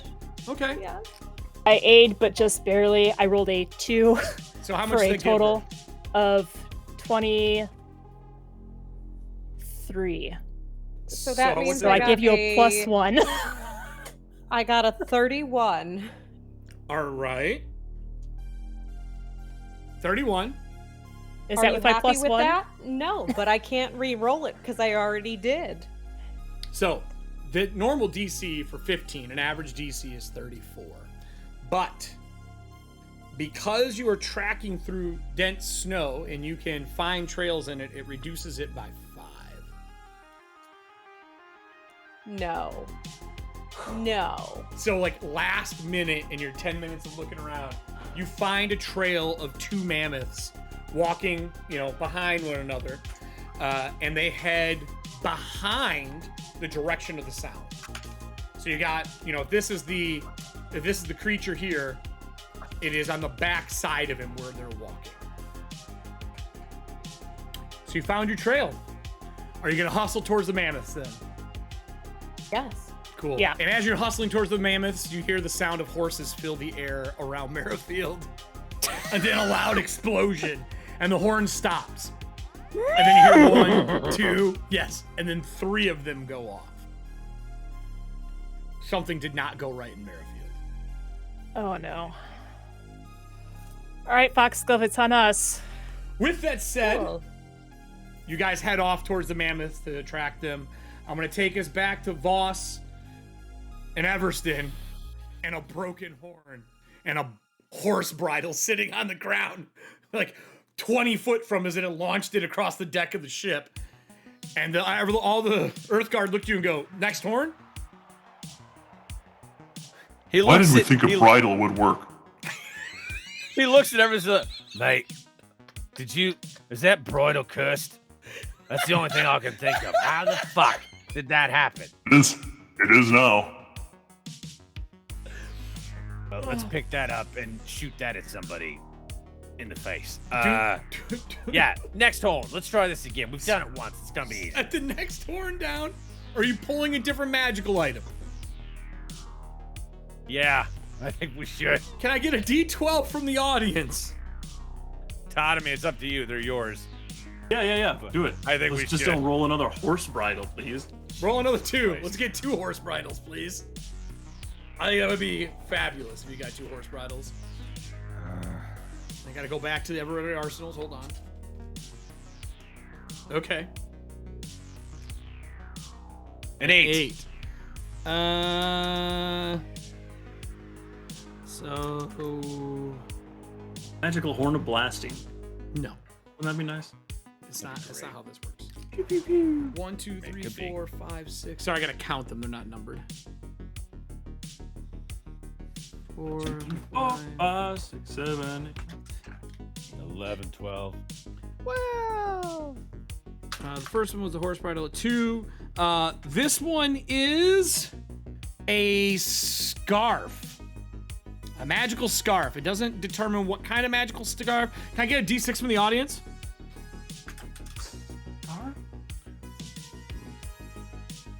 A horse token? What do we got here from a D6? D6 from the audience. How Everson's like, okay, we need a horn. Let me root in my bag. And like, 6. How's this? And it's a bridle, and we think that's good. And then the next time, we're like, wait a minute. This is a scarf. Can we do anything with this? Yeah, you're basically just pulling items out. It's a magical scarf of voice mimicry. Are you kidding? That's what I just rolled. Serendipitous. This actually might work a lot better. Right. Let's try this again, shall we? Gotta love rating up tables, man. Scarf will be nice in the winter. So you start building it again. A sound. Give me your craft roll to aid him. Give me your craft roll to do it.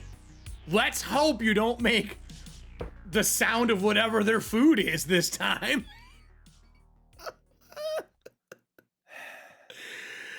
Oh my god.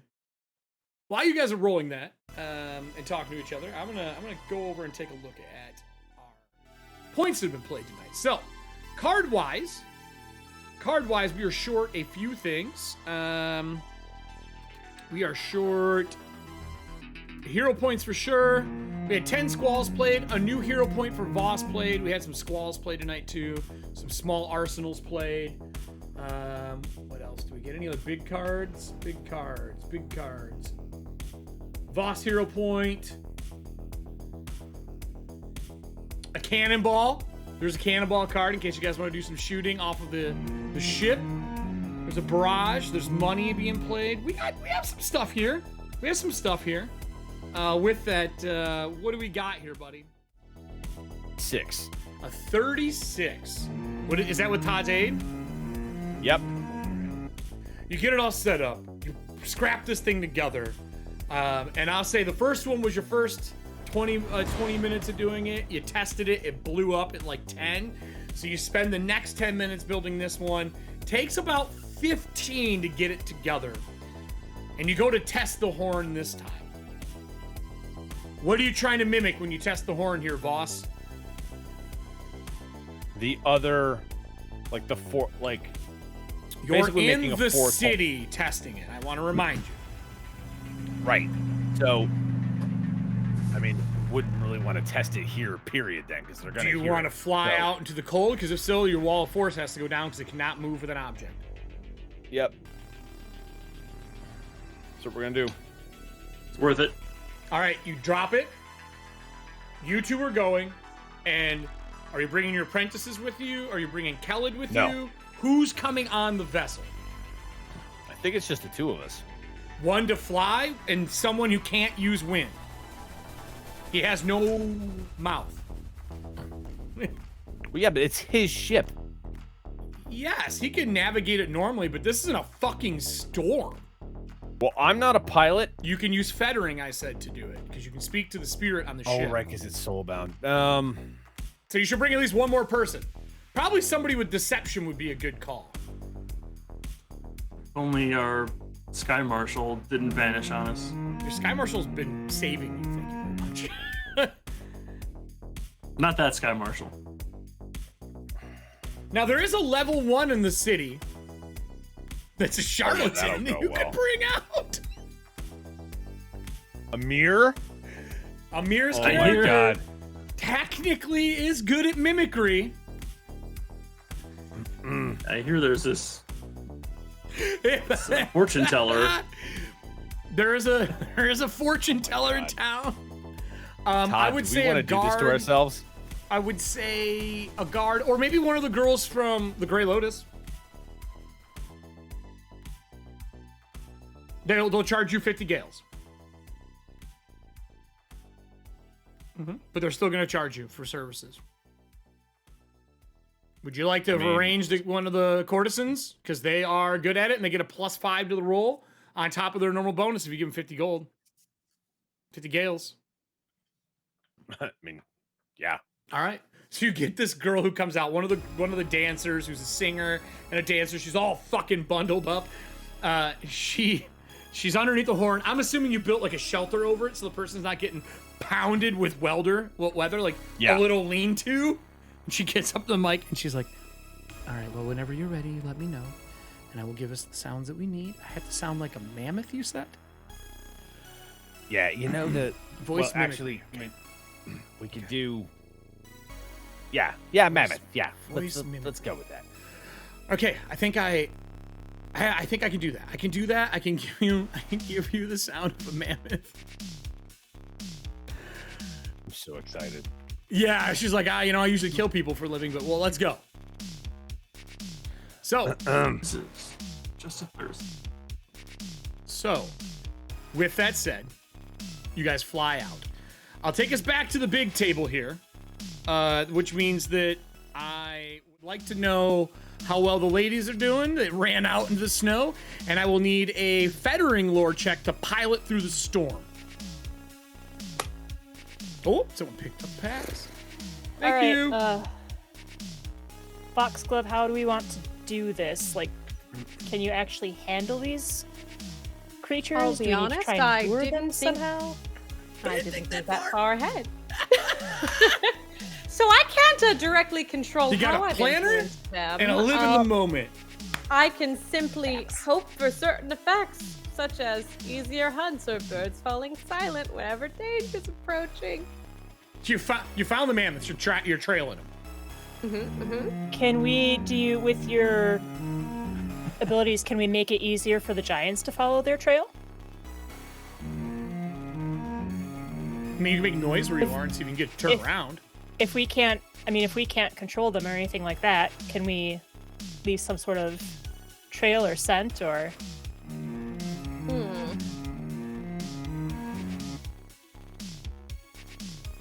We can certainly try, can't we? Let's see. You gotta believe. You gotta believe. You gotta believe. What would the role for that be, Eric? To believe? What is the role to believe? I mean, I'll rub your We've hands tried together. I don't to. know. In this I- economy, Roll to disbelieve. Yeah. Right.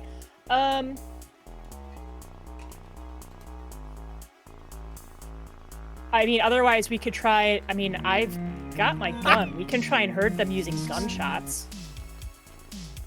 If you want to try and herd the mammoths over towards one of the giants. Yeah, I mean, yeah. Can we try to startle them into a mammoth stampede? Avalanche!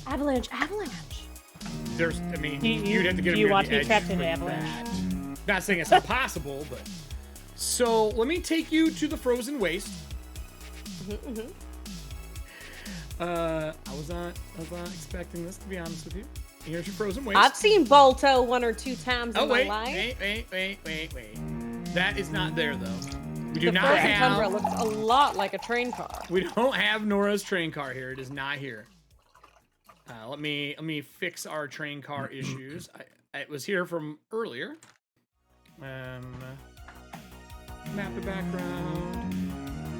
There we go. And gone. So drag your characters onto the screen wherever you would like to be. Somewhere on the east side, you are crossing this little bridge on the east, coming across. Over here. Checking the stream instead of the roll 20 or something. There we go. Oh, you checked roll 20. I did. I got it. And then let me get you your mammoths. You know, it just so I happens. like how Lydia Tides is always off on the side on our map. She's right? just Like, creeping. She's watching, just like, "Hey guys, how's waiting. it going?" creeping like How are you Odin in doing? fucking Valheim. Poof. So we got your mammoth. Bring it over. Not really a woolly mammoth, but it is a mammoth. Okay. All right. And then let me get your giant. Great tusk. Hey, Kratos! You wish. Great Tusk, where are you? And there's your giant. Oops, he's the wrong size. Okay. I was just gonna woolly go. mammoth noise when you did the horn. You fucking ruined it. So sorry. Got him. I've had that since the Patreon game. You and jumped I've never the got a chance to gun. use it. Sorry. I was gonna tell you to do it, or I was gonna play mine when you brought the ship over, because they are definitely not making noise right now. So as they're sneaking their way through and you're following them, distance-wise, I'd say you're probably about like this. There is 2 of them, I should also point out. There's a bigger one and a slightly smaller one following behind. And this thing is walking along this ledge looking for an easy way to cross this water, which is just tides, by the way. Remember, all the water is tides. Okay. What do you 2 want to do? Praying that that horse sound was, them testing the horn and not a mistake. Yeah. Let's see. So, Foxglove, I could either use my pistol to try and perhaps cause a stampede and drive the mammoths further west and hope that the giant gives chase. Otherwise, I could fire off a beam of pure daylight Serving hands played this and draw card. attention. That would possibly draw attention as well, cutting through the tides, because it's all black through here. Right. I do think that. Unfortunately, that would draw attention to us towards the city versus the giant going away. I could aim it towards the mammoths to scare them, much like a gun, instead, and have them, again, try and drag them west. Or drag them, direct them to the west. Okay, so I think a stampede is the way to go. And Okay. I think I Serving know how hands we played can this card. aid in that. Maybe push that a little bit. So if you fire off your gun, Eric, I'm going to tell you what I would like to do. I will pretend that I'm listening. I would like to use Duplicate Foe as a 7th level spell, 3 action, to create a temporary duplicate of one of the mammoths to start the stampede. One enemy target of level 15 or 11. Yes, they are. Wow. Okay. Yes, I think that's a great idea. Does it make audio and everything? As far Get as I skill can modifiers, tell. resistances, duplicate gains, the minion trait, and can only stride and strike. You can literally run it up to him and attack him. Yes. So what I would like to do is create this duplicate, All right, I get have to make a this save. mammoth walk over there, and then Nora fires the gun, have it rear up, and cause panic. Like, mean, you know, you may can I not even like need to throw a fire the rumor gun. with You my might be able to mammoth? You probably can just run that thing over there to it. You don't even think the gun will need to be fired, leaving you guys safer. But I get a will save. Fortitude. Sorry, I get a fortitude saving throw. Ooh. I have a very good fortitude saving throw. Well, I mean, it is a mammoth.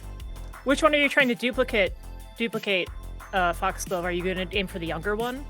Or the Big boy. the smaller one? You're Trying going to for get the the big big one? boy. Big boy? All The right. smaller one probably would be better, I considering... have a plus 21. I rolled a 3. Okay. Oh, well, never mind. And I'm not going to use a villain point on a fucking mammoth. Well, I mean, just make you said you your had a woolly 23? mammoth. 20. He rolled a 24. I rolled 24. 24? I have I have a 21 bonus. I rolled a 3. Your DC is 27. Apparently, I can't roll my 29 way even. out of anything. You make a clone version of it with your clone jutsu. I will give you. There you go. And where would you like this mammoth to go? Towards it? So, I want it to be in between us and the other mammoths. Like here? And I because would then like when to it runs have forward, it will cause start havoc. the stampede in, like, towards the giant. Towards the giant, okay. Or do you want Yeah. it to go Like this past way so it chases? Yeah, I was thinking, have it start from behind, like where you had it, but then have it go Because it bumped to the these. west, bump them, have them follow along, and they would hopefully draw the attention of the giant, and the giant would be like, oh, Yep. food, brute. Fucking play. Bingo. fucking Bingo, cares? bango. All right. I have no rolls. I mean, it just happens. So you send it out. You see this big thing turn. It grabs a chunk of ice out of the ground, turns and chucks it at the beast as it is running. I'm gonna try to hit the creature with my rock throw. See what I get out of this. As long as it's a decoy, because hopefully these guys are running too. Yeah, I will roll for them. I got a 11 on the die with my throw. That is a 36. How many hit points does this mammoth have? Mammoth? A lot. Clone mammoth? Yeah, how much does your clone mammoth have? 70? 70 hit points.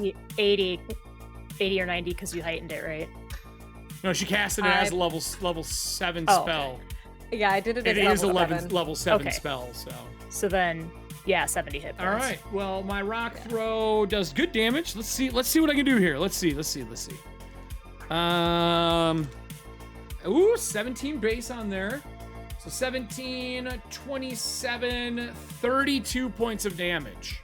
As it clobbers it with a rock and it continues running because it's not enough to fucking kill it. Do any of you speak in Jotun? I didn't even know that was on the No. list. So no. I do Or not. giantish is what it would be under. No. Okay. No. It starts yelling something in giantish. You see a red glow come off of it as 2 more arms come out from underneath its mammoth cloak. And they're like spectral arms. And they reach down and grab 2 more boulders and clap them together. And you see them kind of combining them into a huge ice rock. And then that would take me to the 2 people on the ship. Well, you're flying it. Everston, would you like to give me a perception check? As you're flying through guiding, because you're flying through the tides. In the distance, you hear a noise. It sounds like a mammoth, Todd. You can play it now. 30. You can play the mammoth noise, man. 30. I don't hear anything.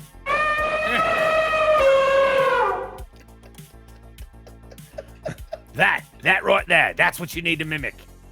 That she noise. goes, doesn't that mean there's already one there? And she's like yelling back through the snow. Yes, it does. Oh, can we just go home then? I mean, we can, but you're not going to get paid because you didn't do anything. I asked for my money up front, thank you. I might die here. It'd be no use to me if I didn't get it up front. And if you guys die, I wouldn't be paid. If you're going to die here, what use is gold anyway? Well, if you die, I would still have it. On your dead body? On your Doesn't dead matter. As you guys are flying forward, can you give me your feathering check to navigate through the storm? It is a DC 28. Yeah, I made it. I rolled a 12, so it was a 34. And Todd, what was your perception check? 30. So you can see in the distance a lantern. The pocket, like daylight lanterns are usually 60 total, correct? The big ones? Yeah. It is Yeah, snuffed. sounds right. It's snuffed down to 30 right now. You can see a little globe walking, and as you fly over top, you see little Foxglove and little Nora as you're flying over at least a safe height, and you see 2 glowing red arms in the distance, and you see mammoths running in a line. It's the mammoth run. It's the running first annual mammoth. mammoth run. Eric, in relation to the town, where are we? We're southeast of them? Of the town? You're asking what direction the town is in? Across the across the crack that would be the tides. Where the water, you see the water flowing? It would be there where the tides are. It'd be northeast. The town is northeast. Correct. It'd be this. So is this giant the one that was coming up on the city, or is it the one farther to the north? No, it's the one to the southeast. You were going to them, correct? Yes. Yeah, so it's the one to the southeast, correct. Same plan we've had the entire time. Well, this is... Right, but this giant is now to the southwest of the town. That's why I'm No, it asking. is not. You're telling me the town is to the northeast of where we are now. Yes. So the giant is southwest. Yeah, yes, correct. Okay, so it has come around the bottom of the town and is now on the other side. We have effectively diverted the giant from walking into the town from the southeast. The town, no, Drew, no, you have not diverted it yet. The town would be in this direction. Where I'm pinging right now on the map, it'd be up here in the northeast. On this map, it'd be past this to the northeast. It is walking in that direction. It is trying to find a way across that to get to the town.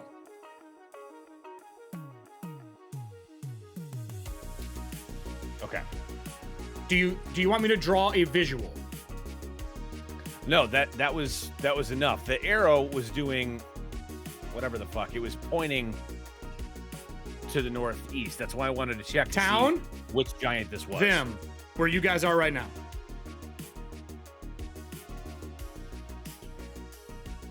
Big scope. Okay. Okay. Make sense? Yep. Okay.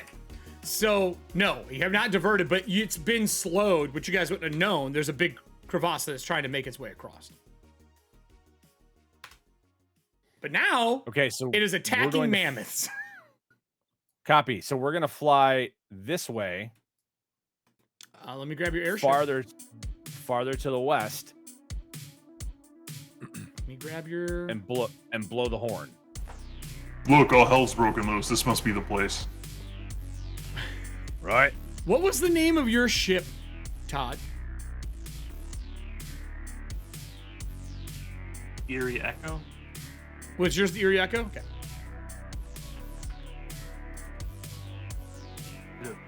Really dig way back in the mental archives.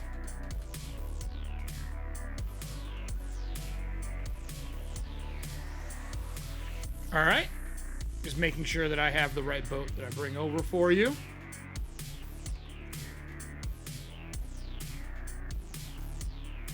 All right. Is this you? Yes, it is you. Okay, cool. And then the shadow below. And then the echo. Why is it show your name? See it, please. See it, please. Okay. And I'm bringing your ship over to where we are. Blow way up.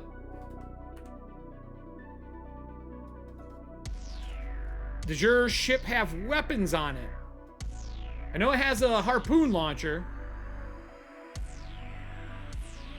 I think it's got anything besides that. We took that when we went to get the... What the hell's that thing called? We put it in the What was the hopper for your... Zorn. Yeah. Zorn? Yeah. I don't think there was anything besides the And you took it on your tour, too. harpoon. Yeah. There you go. All right. So, the Erie Echo comes in from this direction. I will give you access to it so you can move it and do all that kind of shit. Is there anything the two of you are doing flying in? I mean, we're not gonna pass close to the giant. We're gonna swing down like around. Hold, I'm still fucking with it. Please don't move it. Okay. Thank you. I'm grouping it so the shadow moves with it. Alright. Come on. There we go. Alright, now you can move it. Now where do you want to go? Double click it so you get both. There's a shadow under. Just kind of highlight grab them. Yeah, you got it. So we're gonna come down this way Okay. and then around, so we're staying away from the giant itself. Okay. We want to get as far over as we can and then blow the horn so that we're pulling the other giants towards this way as well. So I would need... Ooh, you gotta be careful with that. Because you'd be dragging the one northeast of the city possibly through the city. Because you don't know exactly where in the northeast that other one is. The one to the southeast you could grab, and that'll come along the bottom, and that would be safe. So you just want to be careful. Because they're in like a triangle. Roughly. You just don't know approximately where they are in that triangle, you know what I mean? So this giant is not the one that was closest. It is the one that was closest. Okay. It is the closest giant. If you got a triangle like this, that's your triangle. And let me grab you circles. There was a giant that was down over here. Oops. Let me put that in color. I apologize. There's a giant that is down over here somewhere. A giant that's up over here somewhere. One that's down over here somewhere. This is the town. Right. I thought you said this guy is the closest. He was 20 minutes up. He's the furthest? This is the closest. This is the next closest. This is the new one from the card that got, or the points that got deemed, that is the furthest away. Okay, yeah, I misunderstood you. I thought the new one was like over here someplace. Nope. Okay, so I mean, it could be. You just know it's in. I mean, if you want to make it really it's somewhere in this vicinity. Like you don't know exactly where. You didn't go look. It's like it's over here somewhere. Somewhere in this corner, in that section. Because it's just a noise. So much easier when we thought there was two of them.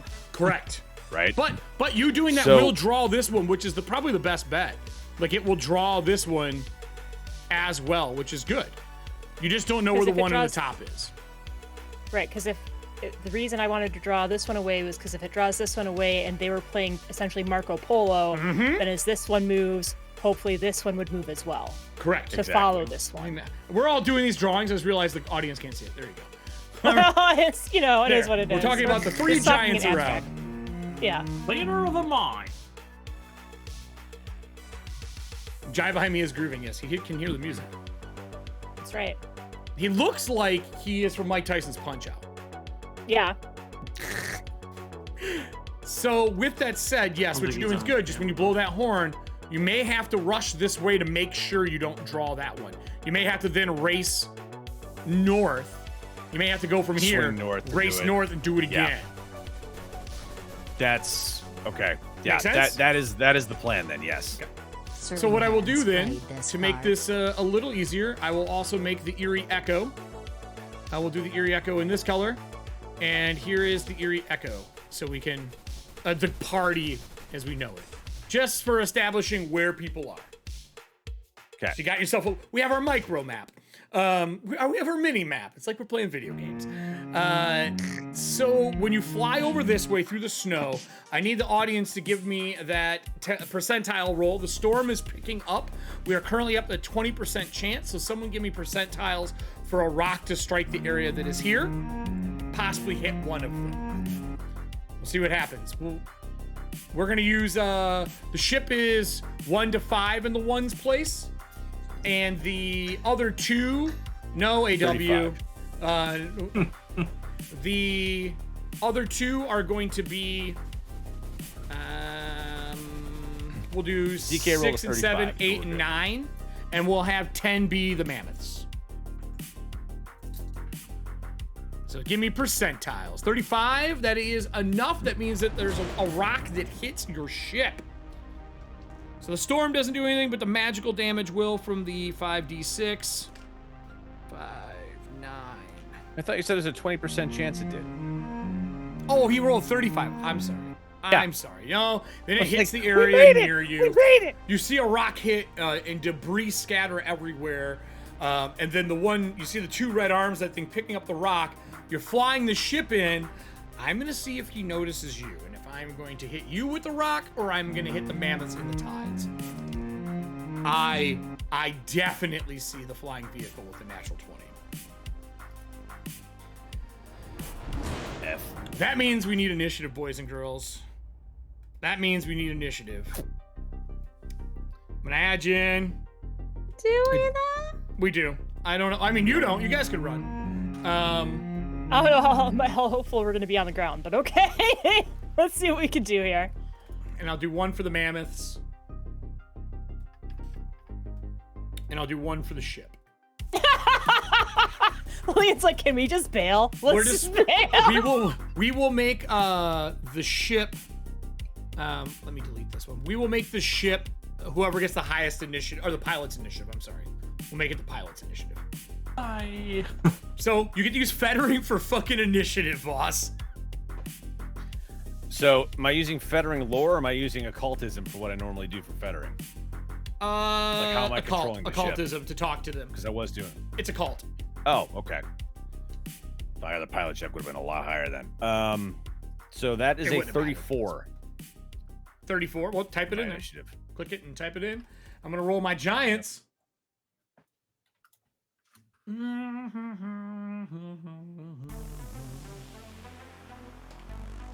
Okay.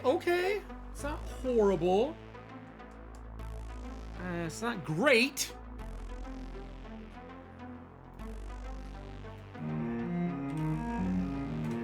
Let's see how good these little mammoths are. The mammoths, I didn't think I would be playing a chase game today. 4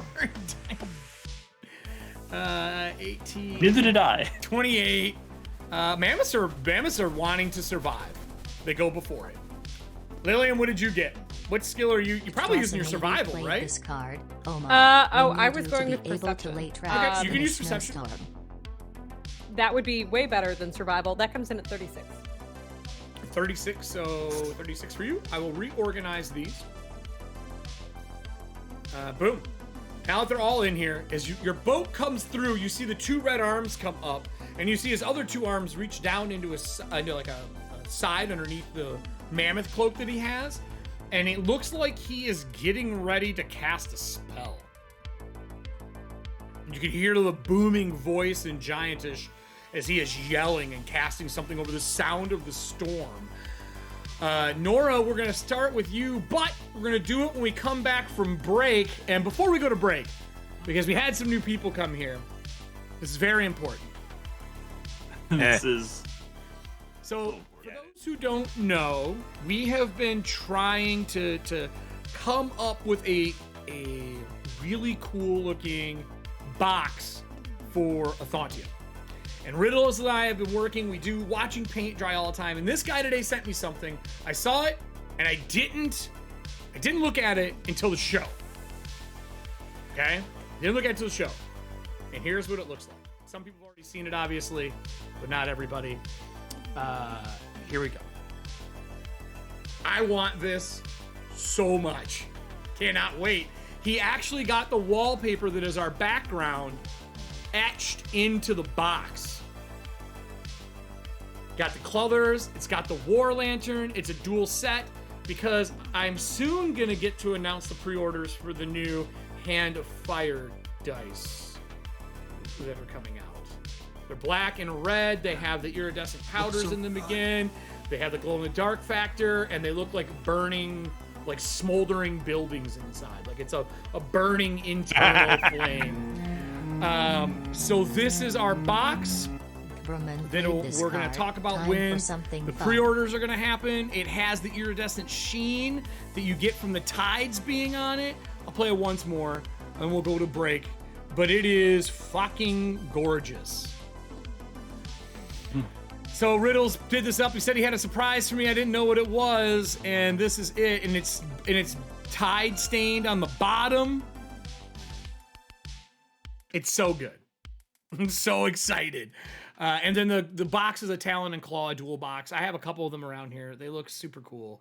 And then eventually we're going to try doing it on the coffins as well in the future, but that's way off because we have to wait for them to fulfill their Kickstarter. So this is probably going to be something you may see come out here pretty soon for pre-order. It will not be cheap because I have a feeling that paint job, if it's Turbo Dork, there's some work that goes into this.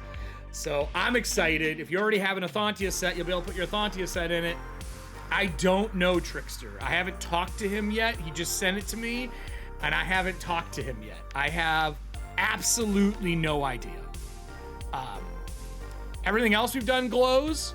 I'm going to say the E glows, and the frame around the edge probably glows. That would be my guess. That would be my guess. So, yeah, everybody. Ethauntia stuff. What can I tell you? But we're gonna go to break. We'll be back in a little bit. Enjoy this, quick break. You may need this too. And does the E glow in the dark? Someone just played a card that says I need this. We'll be back in a little bit to fight a glowing guardian spirit giant and herd mammoths and hopefully save Merrifield and get home finally. We'll be back in a bit. All right.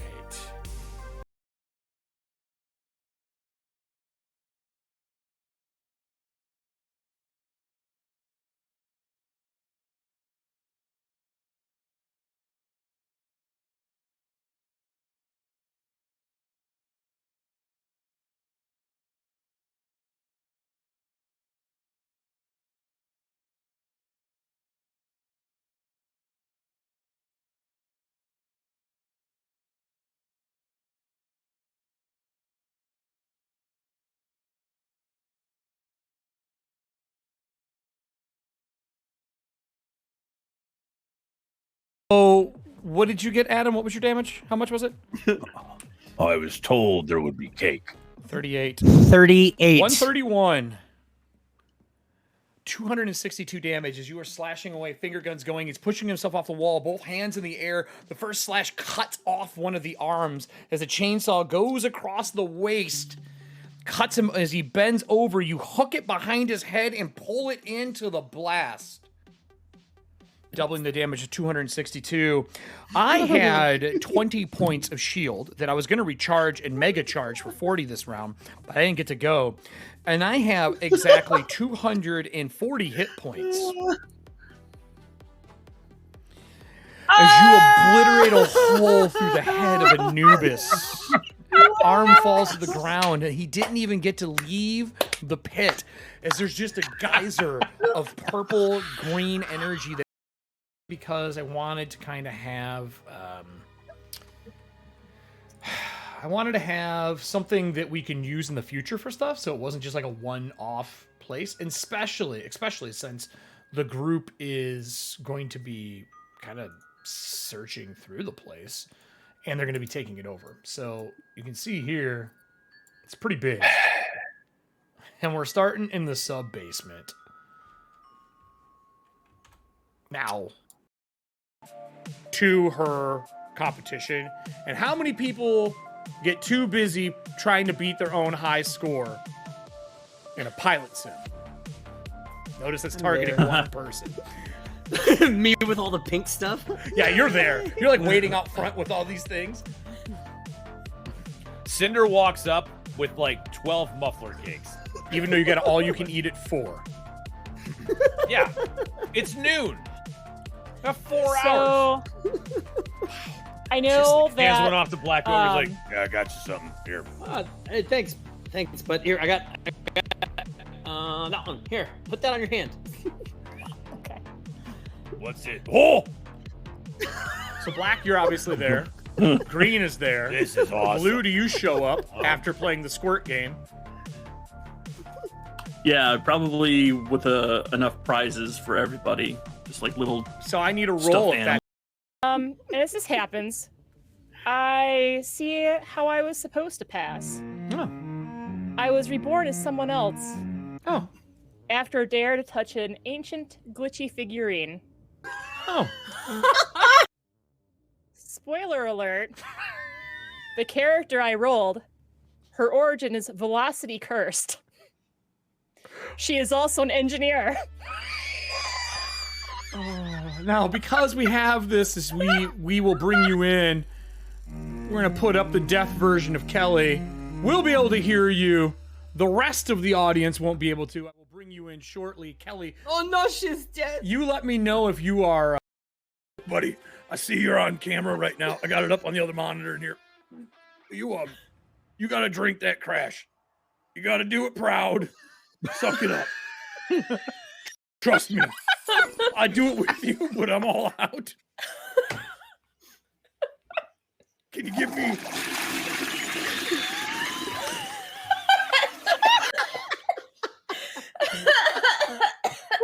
holy shit. Right down the toilet. Oh my god.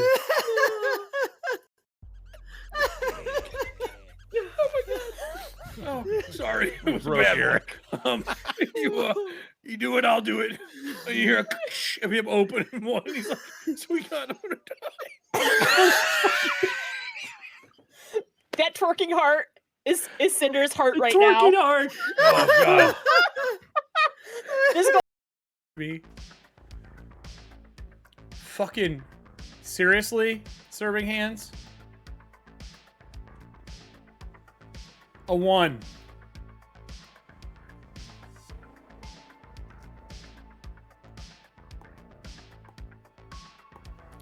Did you rig this? No, this is for the item.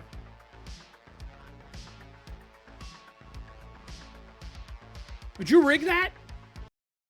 Like, You know what? squeeze It's- some amphibian? Like, how does it work? It comes out of a sponge. It's like when you squeeze a like a- sponge with paint. That's too gross even. I'm not gonna say what I was gonna say. See, Get your like, in smegma my dripping mind, I was sauce out of thinking, here. like, Squeezing it out of a diaphragm. What? I was thinking like in zero gravity. Oh no. I gotta turn Kelly off. We're gonna go to solo camp. We can't trust her ass right now. Apparently.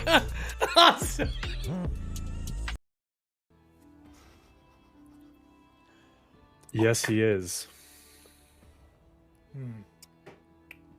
And death it is. I'm just gonna write down that Oliver killed an Inquisitor. For everybody, I'm gonna turn the Inquisitor card back on. Oh my god.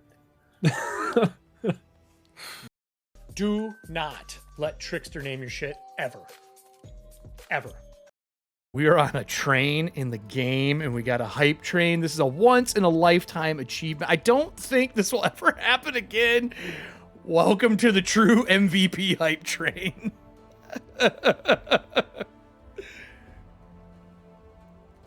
Oh my god. I'm the conductor. Choo choo, bitch. Hey, Oliver, thanks for leaving. We get hype trains when you're not here. Oh. Swinging a hit.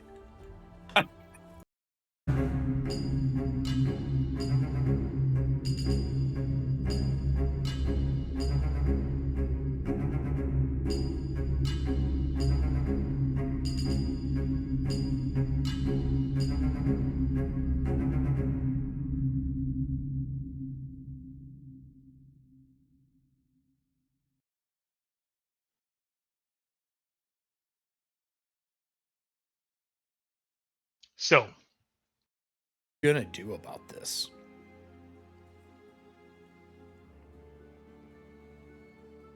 My gut reaction is to cry as a free action. No, that's the PC's reaction. What is your actual character gonna do? Oh. Nora looks to the group and says, "We need to serve an eviction notice." Let's kill a cropper this time. If you all all are right. drinking Diet Code Red Crash XL, No one's you drinking can that roll natural besides you. 20s. That stuff is disgusting. Who drinks that? Swill. Azuka. I prefer the Baja Blaster. Oh my god. The Blue Baja Blaster, that's where your endorsement came I can't. That's right. I can't. I Jesus can't. Christ. Okay. I can't either. Everyone got their numbers in there? It's still, this ball is still warm. From Gold, who is not from throwing it earlier. That's fine. I have. Oh, you're fine. I So have now it's fire on fire resistance, as it's well? fine. Hold on. No. I'm not saying it's on Oh, hold on, fire. hold on, I'm I not got saying you. it. But I like, got if you, it was don't gonna worry. burn me, it's like. Let's get rid of that crummy blue ball. There you go. Now Yeah, you're get on rid of the fire. blue Now you got balls. red You're now balls. inflamed. Yeah. You're Yeah, no I'm- blue balls. I'm just on red fire. balls. So Out of the way, you can see all the data that you had. how's he blocking the view when his suit's got him all? He Wait. can't keep it that way. He wouldn't be able to breathe. It's only for photo shoots. Oh, So okay, he- my bad. So he Gotta keep it tight. he keep it tight. So he moves out of the way. So we broke Drew. So you can see.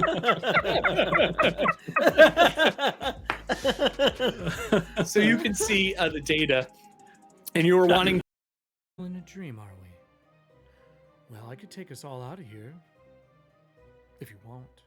And you play the recording. What does the recording say?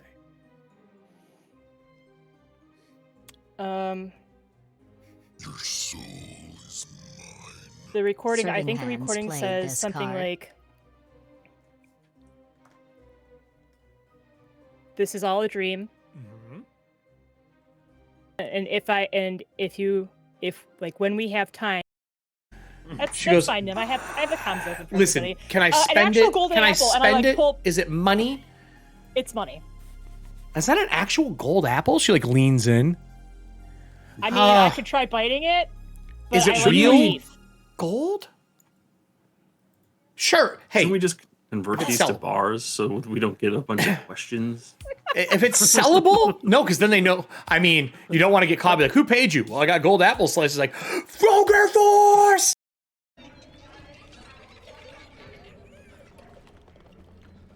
I don't know why you're not grabbing every doll and just crushing them. There you are, you little bitch. Time to die. It's curb stomping time. Ow!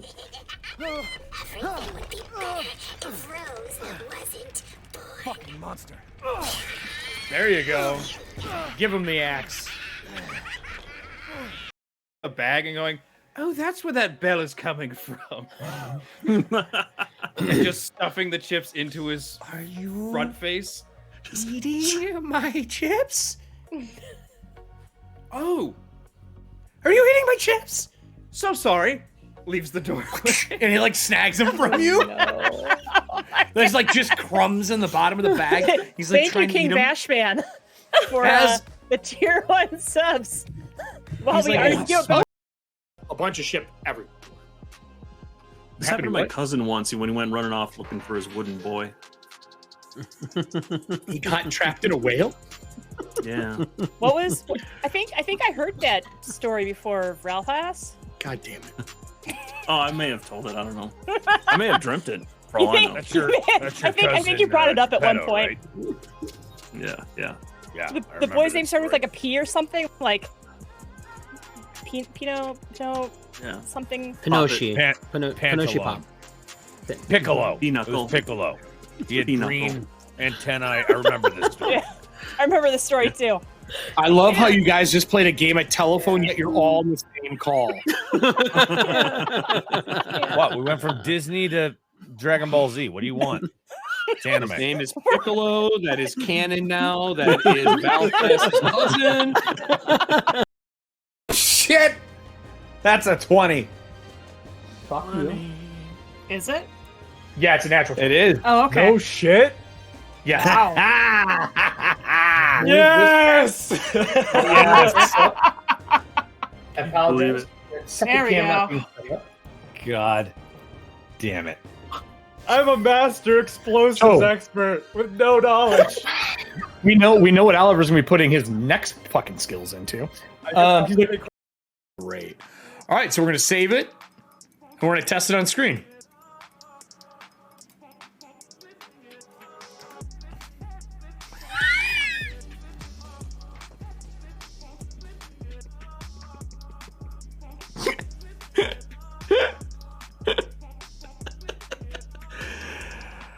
Oh my god.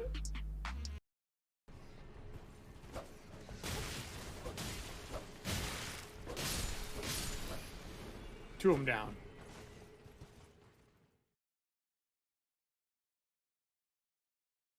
So Riddles is sending me messages, giving me pricing. Don't be surprised if you see this box sooner than later. And there might be some other special stuff with the boxes. So that's all I'm going to say about that. I'm excited. It looks fucking amazing.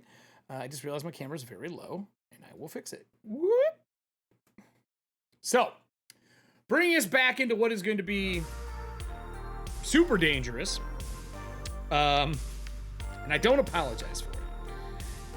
I hope you guys are all ready. as we come back into the middle of a frozen tundra, a magical ice storm, a 4-armed giant with spiritual red arms throwing an oversized ice boulder at the Erie Echo, Everston's ship, while 2 people are running on the ground herding mammoths,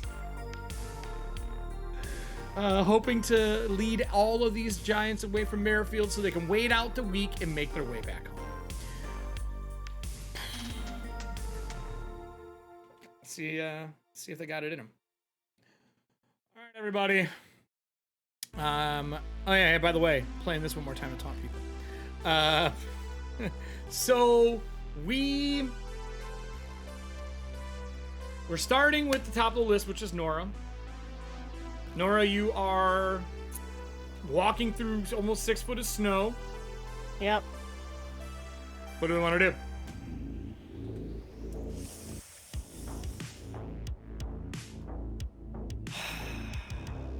Get your snowshoes on. Get my snowshoes on and walk away. No, Your Naruto run across the snow. yes, exactly. For those who don't know, 100%. Todd made a Naruto version of Nora. No, I don't remember where you posted. Did you put it in the Ethauntia memes? And it's perfect. It's on the Discord in, I think it's Ethauntia fan art. Yeah, that's where I put it, I guess. So if this is this scale accurate? Yeah.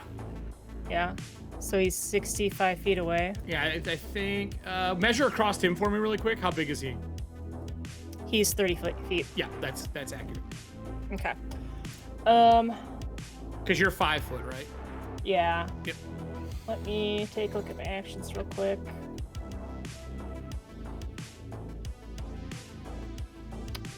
Take a single 3. I don't think that one's a single.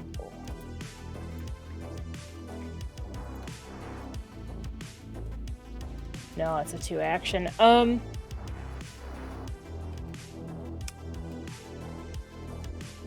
going to just continue trying to help herd the mammoths for now. Because if we draw the attention of the giant, we are very squishable versus the Erie Echo. Mm-hmm. And then I don't necessarily know if I can see this. Oh, geez, this over here. I have a plan forming in the back of my head. Can you but see this over here? Is that what you're asking? Like this over here. No, not from where you are. Okay. 30-foot light circle. Here, actually, let me. Who's carrying the lantern? Me, because I'm using illumination Okay, so to make sure that the tides don't snuff it out completely. I will just put an aura on you that's 30 foot because we have found that the dynamic lighting causes nothing but problems when you're streaming it. We'll do the 30-foot lit radius. And did I do that right? And we'll do it. What color do you want to be? Green? Yeah, let's just do green. Boop. Okay. It's as far as you can see. So Okay. you're literally tailing the mammoths. Yeah, so I'm just right now. I'm just going to continue assisting Foxglove. So I guess I'd actually Hold. hold. Okay. So that would take us from then. The Foxglove. Foxglove, what are you doing? Just take an action to control your mammoth.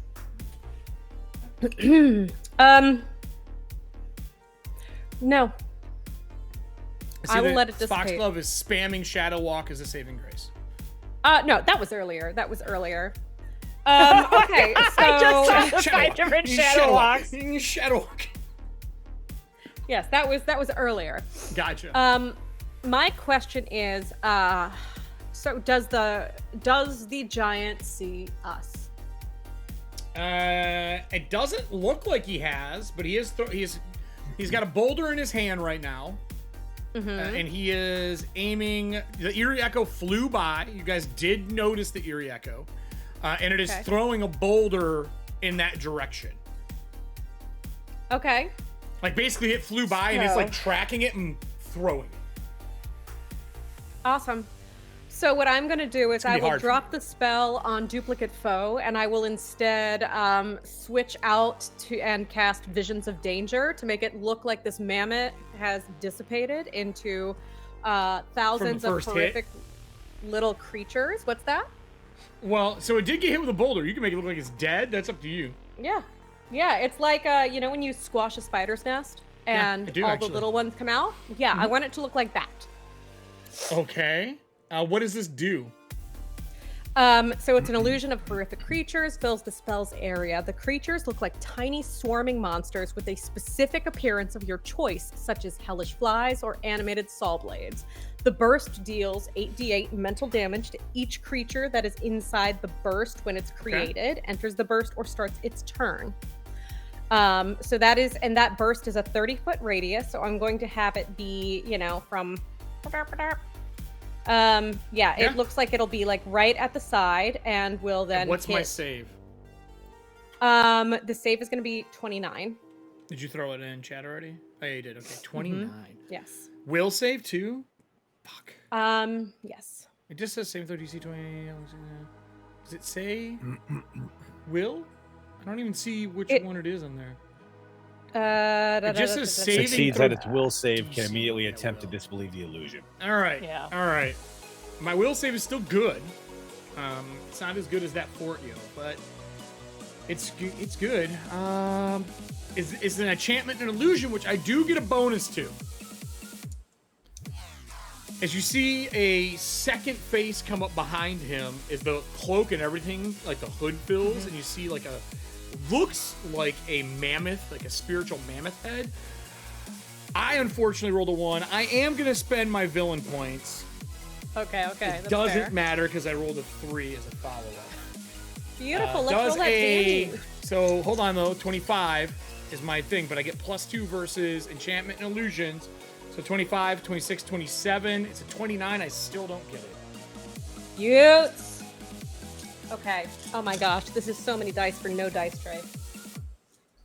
Okay, let's do this. I'm trying to play a giant. Oh. Okay, Damn it. so we have 15, 18, 23, 25, 30, 35. That's 35 psychic damage, mental damage. The spirit launches out of this creature and takes the hit from it and takes 30 points of damage. How much extra do I take? What's the difference? 30, what was it? 9. 39. All right. So I take 9 points of damage to it, and the spirit dissipates, and I drop the boulder. So you saved the eerie echo from also getting hit by 10d10 ice ball. So I take 7 points. Okay. And you have 1 action left. What would you like to do? Movement through. If you follow that the was path, that was a 3 action. Well, that's a 3 action. That was a 3 cast? action. Yep. Ooh, okay. So you're done. I'm done. Nora, you see Foxglove summon these creatures, and it dissipates the spirit on the giant. Oh, and they looked like little 8-legged mammoths. Nightmare mammoths, would you say? Perhaps. Perhaps little nightmare mammoths, would you say? Yeah, maybe. You just did something huge that you don't even know about. I hate it. Nora, do you want to do anything in response to that since you held your action? I want to... Can I roll perception to see if it noticed kind of what happened? Like, do they notice us, or You they can't still see him? You saw the spell go off. right? You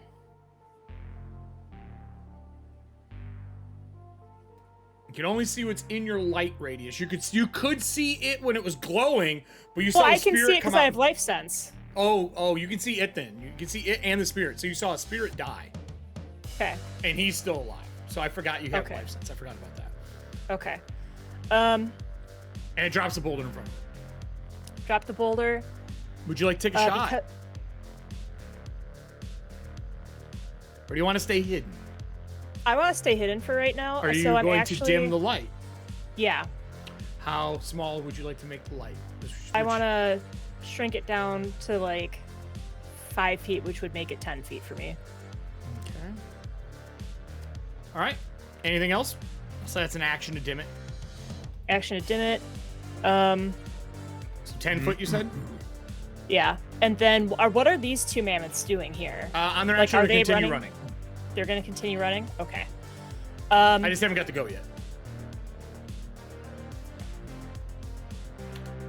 I'm going to look for any other creatures in the tides that might either set off my life sense or my imprecise undead sense. Like, I don't know, the lady of the tides just chilling down here at the bottom of the There is screen. life coming from down over there.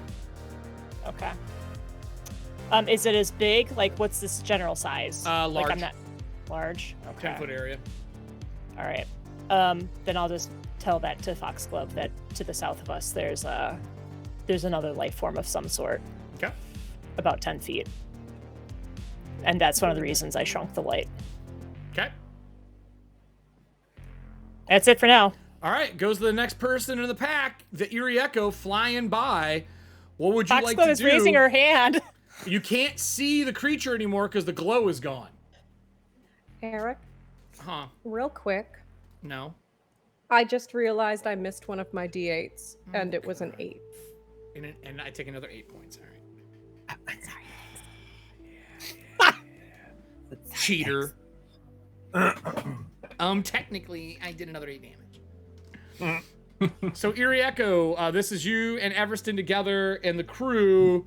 Do you want her to blow the horn here, or what do you want to do? Because you can't see them, but you can be there. They can see the glowing light flying in the sky, but they can't really see you that well through the tides.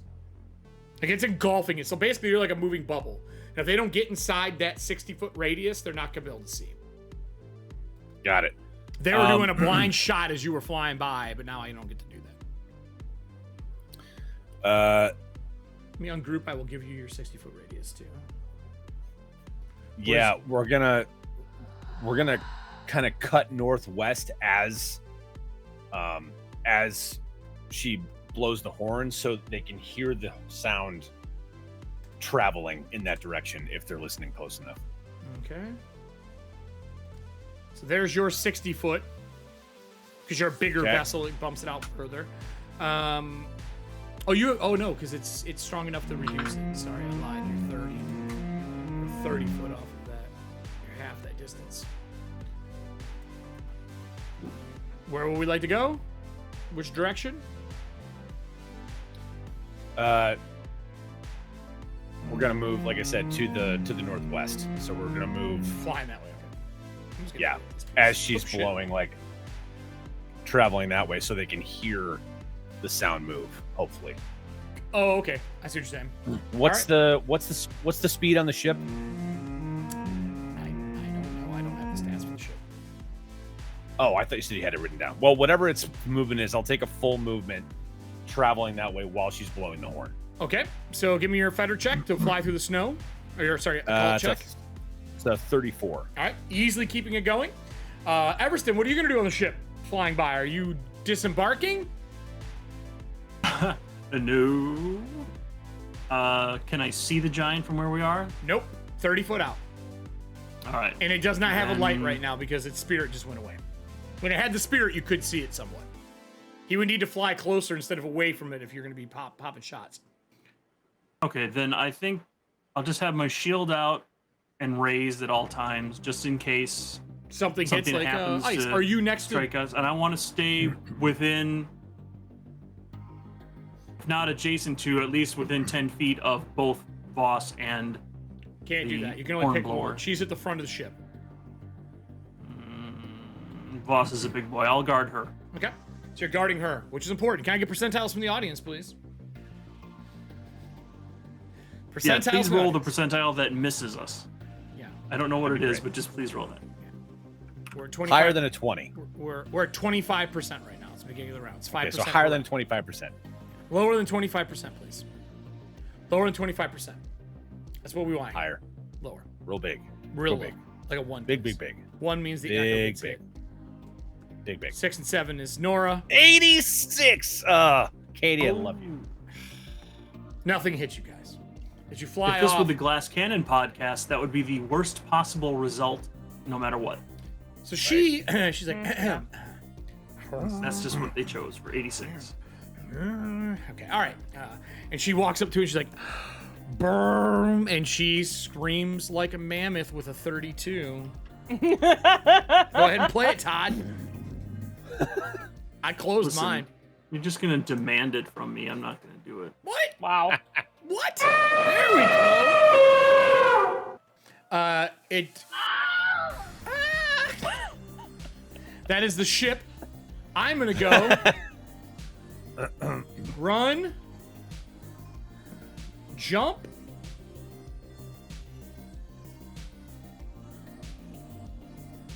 To here. And then I am gonna use one action to grab the ship. I need a occult check. I am trying to grab you and stop the ship with athletics, sir. Incoming!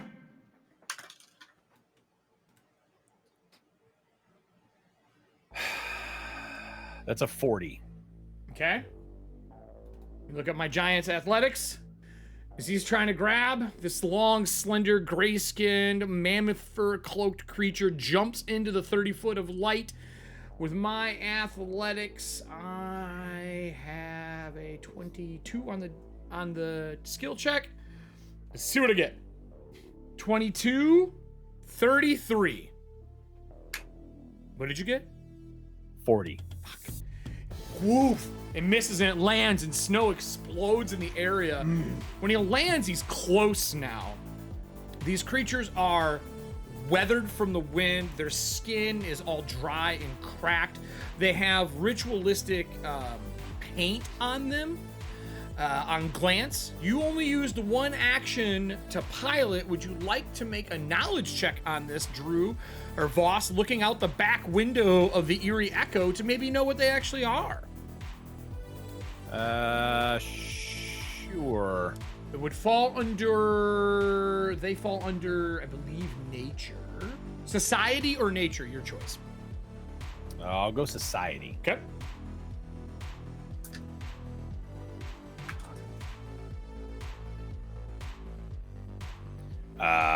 Probably not. 24. I rolled a 2. You get one question.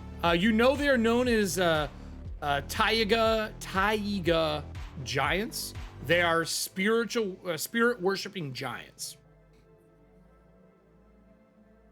Taiga, Taiga. Spirit worshipping giants. Yep.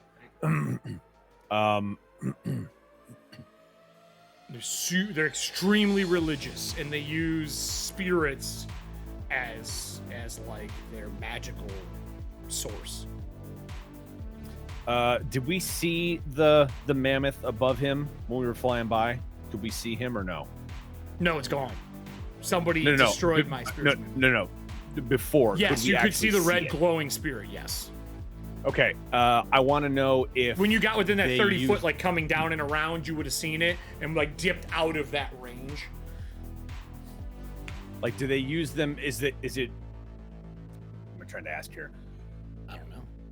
Like, is it like the clan of the mammoth and they just use mammoth spirits, No. or is it individual? No.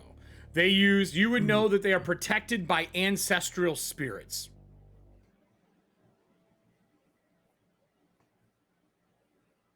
They have guardian spirits. Each one has a guardian spirit that is tied to them. And somebody killed my guardian spirit. Okay. Aw, shucks. Do I know what that means if your spirit gets killed? You just know they lose a lot of their power when the spirit is gone, and they become just a giant. Granted, they're like a 35-foot tall, 2,000 to 3,000 pound giant. Sure. They're definitely got boat stopping power. Yeah, I totally get that. So that was an action to roll, right? Yep, you got one left, but you flew to here. Todd, do you have the Eerie Echoes flight? I don't have it on my sheets. Do you have all your numbers for that thing? I have no idea where any kind of stats for that would be. Yeah, I don't know if think we ever Todd or I wrote it up. got stats for ours. I know there were stats for the. I'll look while we're doing Whisper. that. I want to say it's 45 movement. But anyway, you have one action left. What would you like to do? So he's within 30 feet of me. He's within 5 foot. He could reach into the fucking the room you're in and pull you out. He could Everston you like he did to the Red Caps. Okay. Then I'm going to use occultism. To do what? Chip already moved. Something that, yeah, I know. Okay. I'm not moving. Okay. I'm using my feat that I took a while ago that I haven't actually used yet, called Disturbing Knowledge. You've used this before. Has he? Oh, what does it do? You utter a litany of dreadful names, prophecies, and descriptions of realms beyond mortal comprehension, drawn from your study of forbidden tomes and scrolls. Even those who don't understand your language are unsettled by these dire secrets. Attempt an occultism check and compare the result of the will DC of the enemy within 30 feet.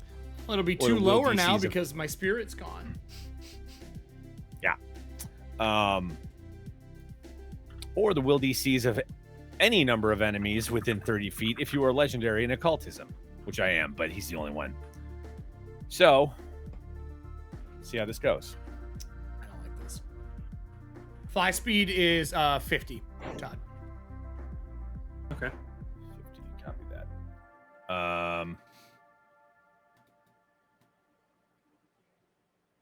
Versus my will DC, right? Correct. Okay. What you got?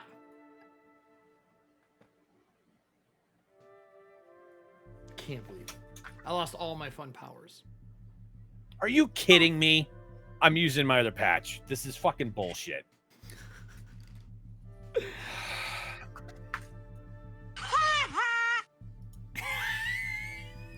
That's for Eric, not for Drew.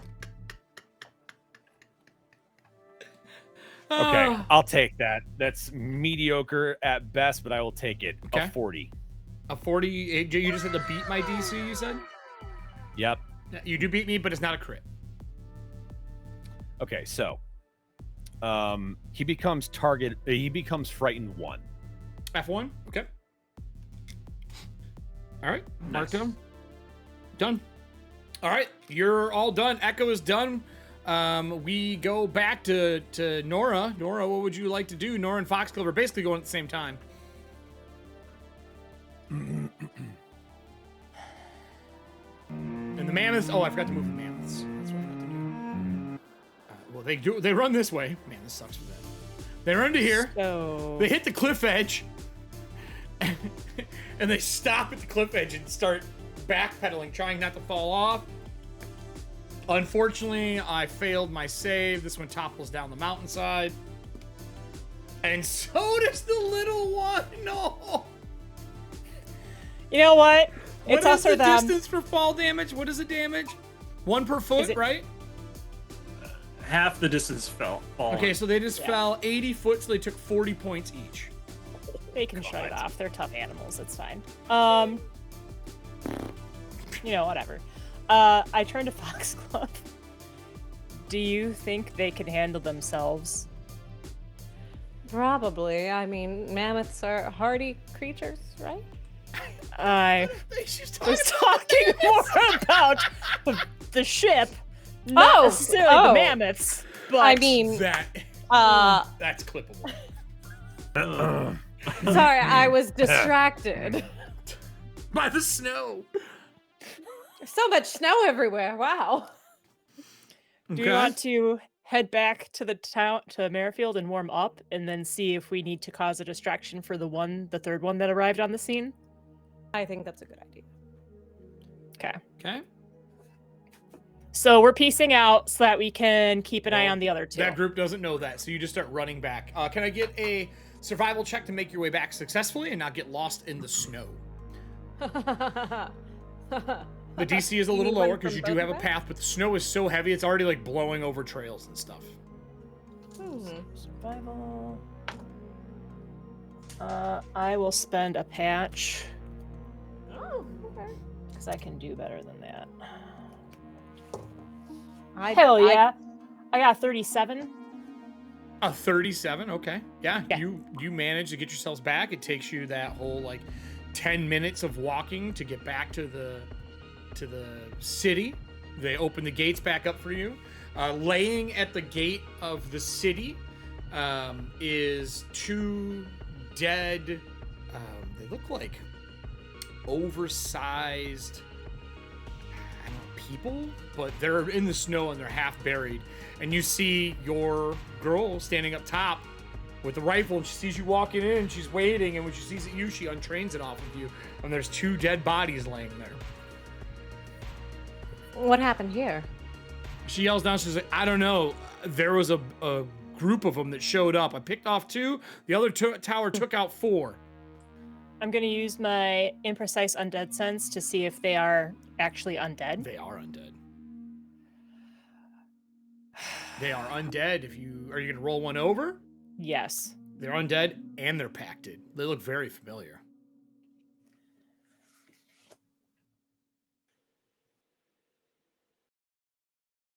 How did we handle them last time? Did we dismember them? Oh, you just kill them because they are from here. They don't have anywhere to go. They die when they die here. Okay. So you don't have to do anything. Then like So then she didn't actually kill them though, because then I can sense them. Oh, undead sense. No, they're just dead. But when you flip it over, they look like the pacted you were fighting. Right. It's a trick. You die. It's a trap. Fuck. All right, Fox Club, we gotta go in and inform. Other side's been fired some shots. I told them to use crossbows. These we're gonna need to pass some. We're gonna need to pass some weapons around. Anything that is wholly aligned or silver. Oh, the church is taking care of them out on the other side. Okay, well, in case we get attacked in other areas of Merrifield. Well, I'll keep a lookout here. I would say pacted undead. Go to the yard and let the yard know, and they'll start going around telling everybody. All right. So they close the gates and let you two in. Foxglove will take her little cane gun and do a little tap tap to release it, and I'm going to cast Ghostly Weapon on it, and I'll say, House of Spirits. Will this do the trick?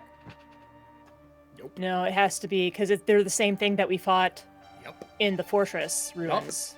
They are the same pack that you fought in the fortress. You would be looking for holy We're looking for silver and holy. Or let me delete this. I can tell you because you guys did learn this stuff. You need. Where are you? You need holy or good. Sorry, good or silver. Good or silver. Good or silver. And they're immune to cold. Yep. Cool. They're not immune to rocks hitting them in the head, but they are immune to cold. Right. And if they get a hold of people, they're going to try and dismember them to make back. more. Yep. You got it. You got it, dude. The fun never stops. Nope. And Let's that camera pans back to the 2 people on the boat. Well, Voss and Everston, what would you like to do? He's standing there. Are we just flying off? I did not get to grab the boat. That was my big play. Well, I mean, we no longer need to pretend to be a mammoth because... Nope. Well, this one's here, boat. but you're still trying to draw the other 2. Sure. So we'll still use the horn, but we don't need to try to evade this guy. He knows we're a boat. We might as well attack him. That or you fly out of sight and he can't do anything. He will follow the path you went, but you're flying. You're technically would be faster than him. He ran and jumped and got to us from where he was. That was not close. I used 3 actions, and I get an attack on my 3-action run. But you would technically be able to outfly. You just go up. You get 3-dimensional movement, man, or 4-dimensional movement. Yeah, that's true. Fly away. If you want to fly away, it's going to be a check versus me and you to leave his area, and you can just fly away. If we have 4-dimensional movement, I'd say we just go right straight to a week from now, so we don't have to deal with this. 4-dimensional movement's a very special ship. I mean, the Whisper could go through planes. Does that count as 4-dimensional movement? There's a Mr. Matter in the back. So you could try to fly away and not engage this creature. I guess we should. What do you think, Drew? Should we lead it away? instead of engaging? Can the ship only move once per turn? Yes, the Is that pilot what I can. was hearing? Yeah, it can move once, or you can make a harder pilot check to make it move twice. It's just a higher DC. I say we lead him away, but we go a little higher, so maybe he can't reach us. Because I don't know if we're going to be able to outrun him. Is that what I'm? Yeah. So the way it would work is he would have to make an occult check that is higher to push it to basically make it move further or faster.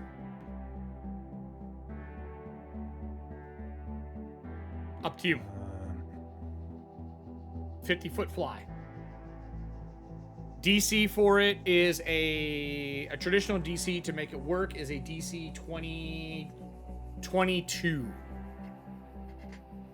DC 22. Just to command it through, 24 through fettering to make it work. So normally it's a 20. Normally it's a 24. Just to get it to move. push it. To push Okay, it, it so is to 5 put- higher. Yeah, I'm gonna go ahead and push, and I'm gonna use assurance. I'll double check it for you right now with vehicle combat.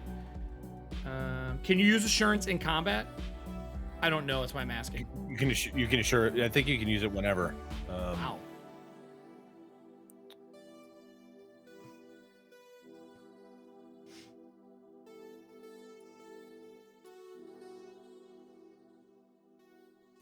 Oh, that's right. That's right.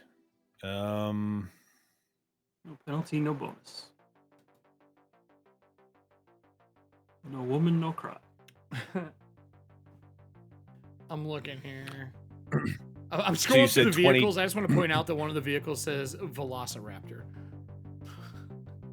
So you said normally it's a 22. 24. With 24. 24. Sorry, pushing it would be a 20. My understanding is it's 5 more. I'm double checking that, but I'm pretty sure. Isn't it Velocipede? Like it's like a motorcycle, right? That's the other one, but they have dinosaurs as mounts that counts as vehicle Oh, combat. it's mounts. I thought you said vehicle. No. Okay.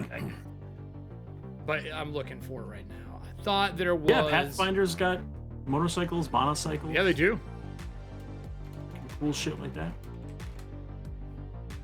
Of course, they generally move at the same speed of people, so I don't know why you'd want to have a. Yeah, they should be faster. I don't understand why they made them that way. Piloting actions. Here we go. Drive. Attempt a piloting check. Reckless is to move twice its speed. It takes 2 actions. I'm sorry. It's 2 actions to go reckless.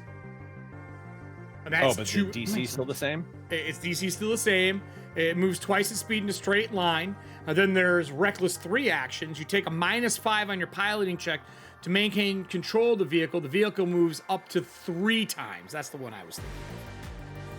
That's why I was just raising it by 5 instead of telling you to take it. So we can attempt that. But it makes sense. You would take it off your check. So if you wanted to do ×3, you could. It would be at a -5 to your roll.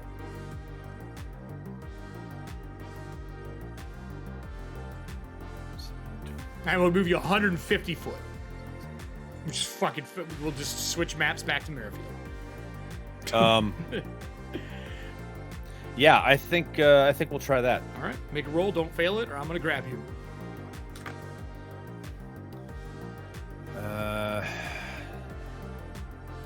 That's a.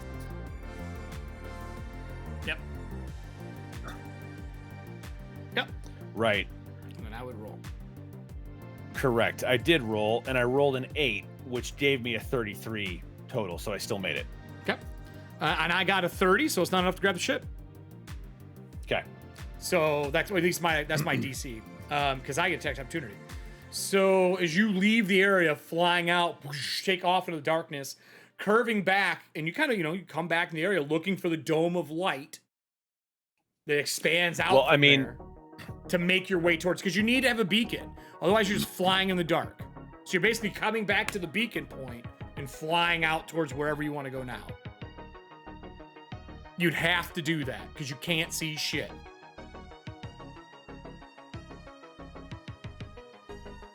You got cardinal directions in light, in visual. You're missing visual, and the only thing you can see is a light, so you'd have to fly back towards the city. Because remember, the darkness actually engulfs. Like, after so much darkness, you can't see that dome anymore. Right. So you would loop back towards the city, and then which direction are you wanting to go? North? Northwest. East? Trying to go northwest to pull them farther and blow the horn. Oh, you're just going to keep like, going that way and drag all of them northwest. That's the plan. Yeah, I want to get them. I want to get us out of their footpath. Period. I gotcha. All right. Well, then she's going to blow the horn again. She goes, okay. Can I get percentiles from the audience? We are now at 30% from the storm as it's picking up and rocks are hitting cliff sides and shattering ice off in huge chunks. And it's starting to like hail in the middle of this. And you see glowing, like thin glowing streaks in the dark tides from these magical ice shards coming down. Let's see if we can get percentile. If it's 1 to 30. 13, yes, baby. Bear. Thank you, Bear. Thank you for being with us, even though you don't feel well. It makes me feel good that you're here. 13. 11, 16. 28 points of damage. Your boat has got an AC of 19. Hardness of 10. 100 hit points. Because it's a tug. Okay. That means half of that is the break threshold. Because there's break thresholds on ships. All right, so write down those numbers somewhere. I'll make a card for you so we can get it all together at the end. Because I have the Whispers and I have a generic vehicle pulled up right now for it. So you said AC 19? 19, yep. AC 19. AC 19. Hit points. It's got 50 move. It has got a HP of 90. I just looked it up. 90. Half of that is your BT. So 45. Okay. You have no weapons on this one. You just have a harpoon launcher. Because I do remember you having a harpoon and a crane on the ship because it was a So that's okay. Todd's the turret. That's fine. 28 points of damage, and you have a hardness of 10. Say that again? 28 hit points, but you have a hardness of 10 on the ship. So take 18. It takes 18 damage. Yep. Okay. As a meteor, or I shouldn't say meteor, an ice crag smashes into part of the ship. You see wood splinter out in the metal plating. But everyone has to make me a reflex save besides the pilot to not get knocked prone or on a critical failure, tossed from the ship. She's good. She holds on for dear life. She's holding onto that horn and the inside of that lean-to for dear life. No, she's like, you know what? I've killed people on a Zeppelin before. 35. All right, you're good. And the ship takes off, heading northwest. How long do you want to do this for? Because that is going to determine how many checks we're going to be making. So we're at the height of the Do we have her for the full hour? You have her for the full hour. That is. It's a time limit, right? Not a. You got her for the full hour of limit? work. Okay. After that, it's another 50. Then I think what we're gonna do is we're gonna probably do a couple more. Like I want to head out another. So every 10 minutes, I'll say every 10 minutes we'll give a chance if you get hit by a rock because you're moving. And it'll increase by 5% every time. So you're basically flying 10 minutes, 10 minutes, 10 minutes. You know what I mean? Like, you want to drag these people a ways away. Yeah. And then you can break tide and go way up and out and come back. I think, but the winds are going to be probably worse up there. They will, but you'll be able to see out of the tides. That is true. Yeah, I'd say probably kind of kite them for like 20 minutes and then come back. All right. I need 2 percentile rolls. The first one will be at 35. The second one will be at 40 for a chance for a rock to hit them. Roll big, gang. Now that you know they're coming in larger, Would you like to fly defensively, or are you still all outing? No, we're far enough away from him. I'm just trying to do the sound now, so I'll fly defensively. All right, so if you are going to... You're just going to drive normal. If you'd like to take 2 actions, you can drive defensively, and you can raise your AC by 2. I don't know. Fly casual. Okay. Because I am rolling to hit you, by the way. So give me 2 percentile rolls, audience. Let's see what we get out of them. I'm going to roll my 2 rolls. Okay. In case either one of them gets to hit. As you guys are going out, we're going to go back to Nora and Foxglove. And I want to know what they're doing inside while we are waiting for these rolls. So, Nora, Foxglove. Try this again. There we go. What do you two want to be doing in the city? I guess for right now, especially if we can still hear. Once you hear the brrr, and they're getting further away. Brrr, further away. Okay.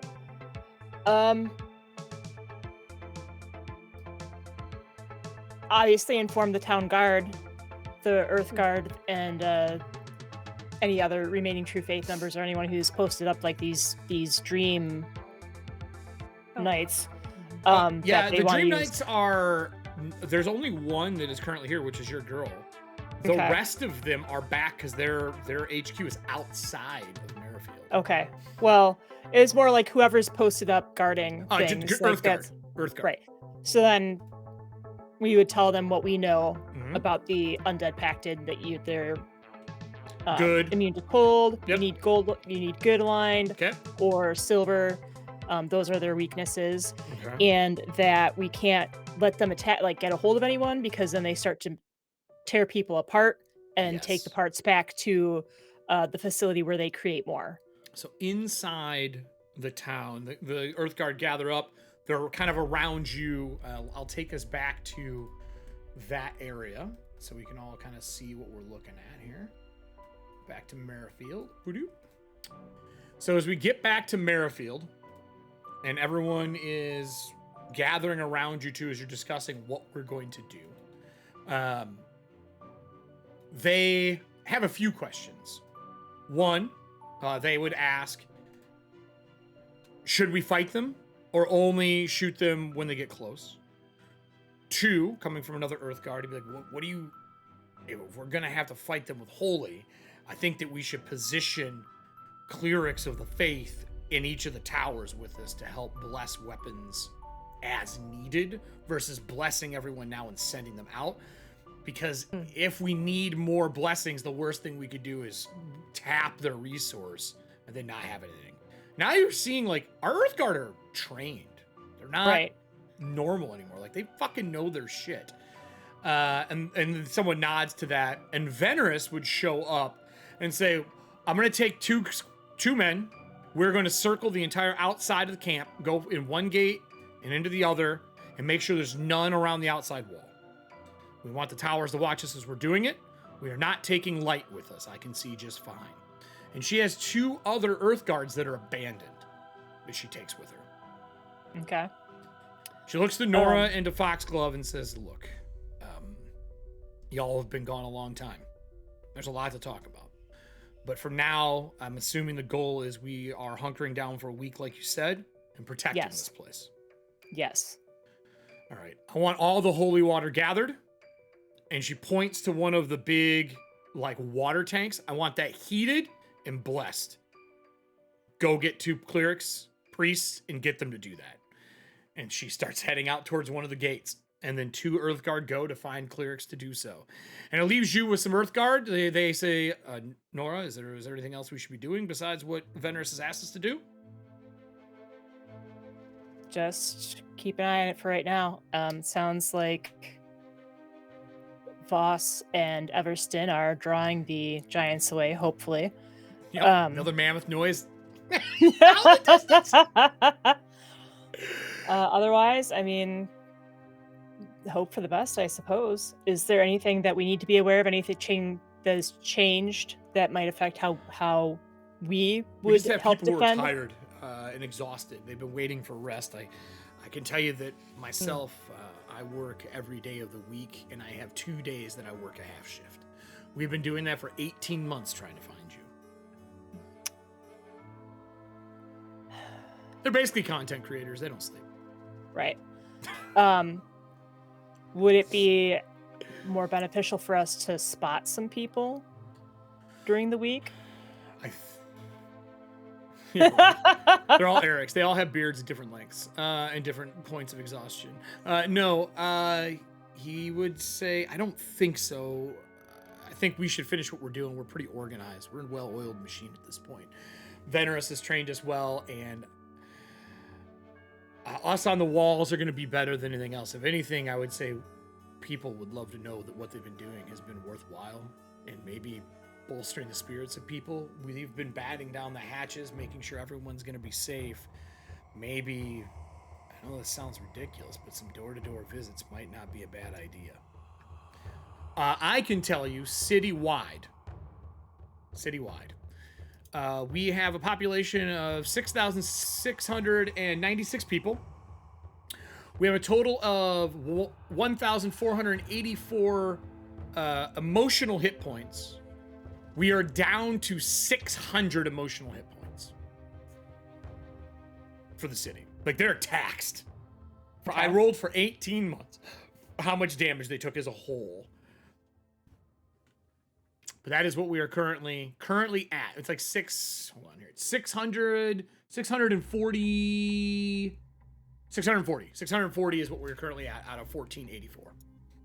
So if you want to make some travels around during this and like bolster spirits, where everyone's like hiding in houses, screwing down doors, wishing they would have moved to Cadra instead of Merrifield, that might not be a bad idea. But if you're more worried about the creature on the outside of the wall, you could pick a tower and just go on lookout. So whatever the two of you think is more important. Well, and then I'll bring the whole cast back together here to Merrifield. I feel like after Venerus and her, not necessarily veiled warning, but kind of telling us to butt out and let them do their job. Strength 24. I do agree. Don't break that the chain of after- command is kind of what she's saying. Right. But like after 18 months, we haven't been here, so we're not used to how they fight. They're not going to be used to how we fight. Mm-hmm. That being the case, it would be good to get a pulse of the citizens themselves that haven't been fighting, and perhaps in doing so, see if there's been any alternative medicine being practiced. And that's kind of how Nora just kind of trails off with that part. All right. Are you splitting up or traveling together? I think that staying together is probably still the best, but I completely agree, and I think I'm much more useful when it comes to talking to people than observing combat. 100%. We should stick together, because then if we come across anybody that needs like long-term care that hasn't been able to be helped by the Plague Doctor because of the work that they've been doing, I can definitely help out with that to try and bolster spirits. Okay. Foxglove is a much better talker than I am, so I can assist her in doing so, but going solo on my own might cause some issues. So, well, I will say traveling through the city, the first thing you know is the city is doubled. It's way larger than it used to be. There's actually like a downtown commerce area. There are main buildings. There's new shop labels everywhere. There is a cart that has a fortune teller on the side of it outside of a building. There's a new bookshop on the signs for bookshop on the edge of town, but it points to go outside. There's a bunch of stuff that has been built here. The Everston estate is still in lockdown, which would be a problem to handle later on. But as you go door to door and welcome people, what skill do each one of you want to use to bolster? And then how much emotional HP would you like to use? Each card rolled adds a D6 plus your level in training in either medicine or diplomacy, but you'll basically add to it to heal them. Okay, well... no. You're emotionally trying to help people. You're not learning things. You're I'd be basically using... talking people off a ledge. Like... Yeah. I would be using medicine to help treat any physical exhaustion, like I said, that the Sure. plague doctor may have not been able to assist with. 100% makes sense. So, and I could use either diplomacy or occultism, if that would kind of help. Nope, can't do a cult. Okay. Diplomacy. Yeah, diplomacy, absolutely. I'd say Or diplomacy, deception. or if you have a skill for like talking to people, like I would say sowing rumors is probably not a good idea, but talking to people. Yeah. I remember that. You guys are doing super great. So, Yeah. Give me your rolls. Let me know what you get, and then how many of the emotional HP cards do we want to use? Use them all. Because right now, if we use all the emotional HP, I'll make sure we do the HP, not the support, because supports are more powerful. Okay. If we use emotional HPs right now, you would be rolling 40d6 plus whatever your bonus is. Well, I got a 38 for medicine. Okay, cool. You beat the DC to be able to do it. I got looking a at 34s. 33. Would you like to re-roll? So- You get 34. I'm gonna use my my last patch point. then. All right, another patch point. Yeah. So I don't know. That's a 42. That's yeah. You need 34. So you don't crit, but you both do it successfully. You can roll up to 40d6, and then whatever your bonus is from that skill will get tacked on top of your roll.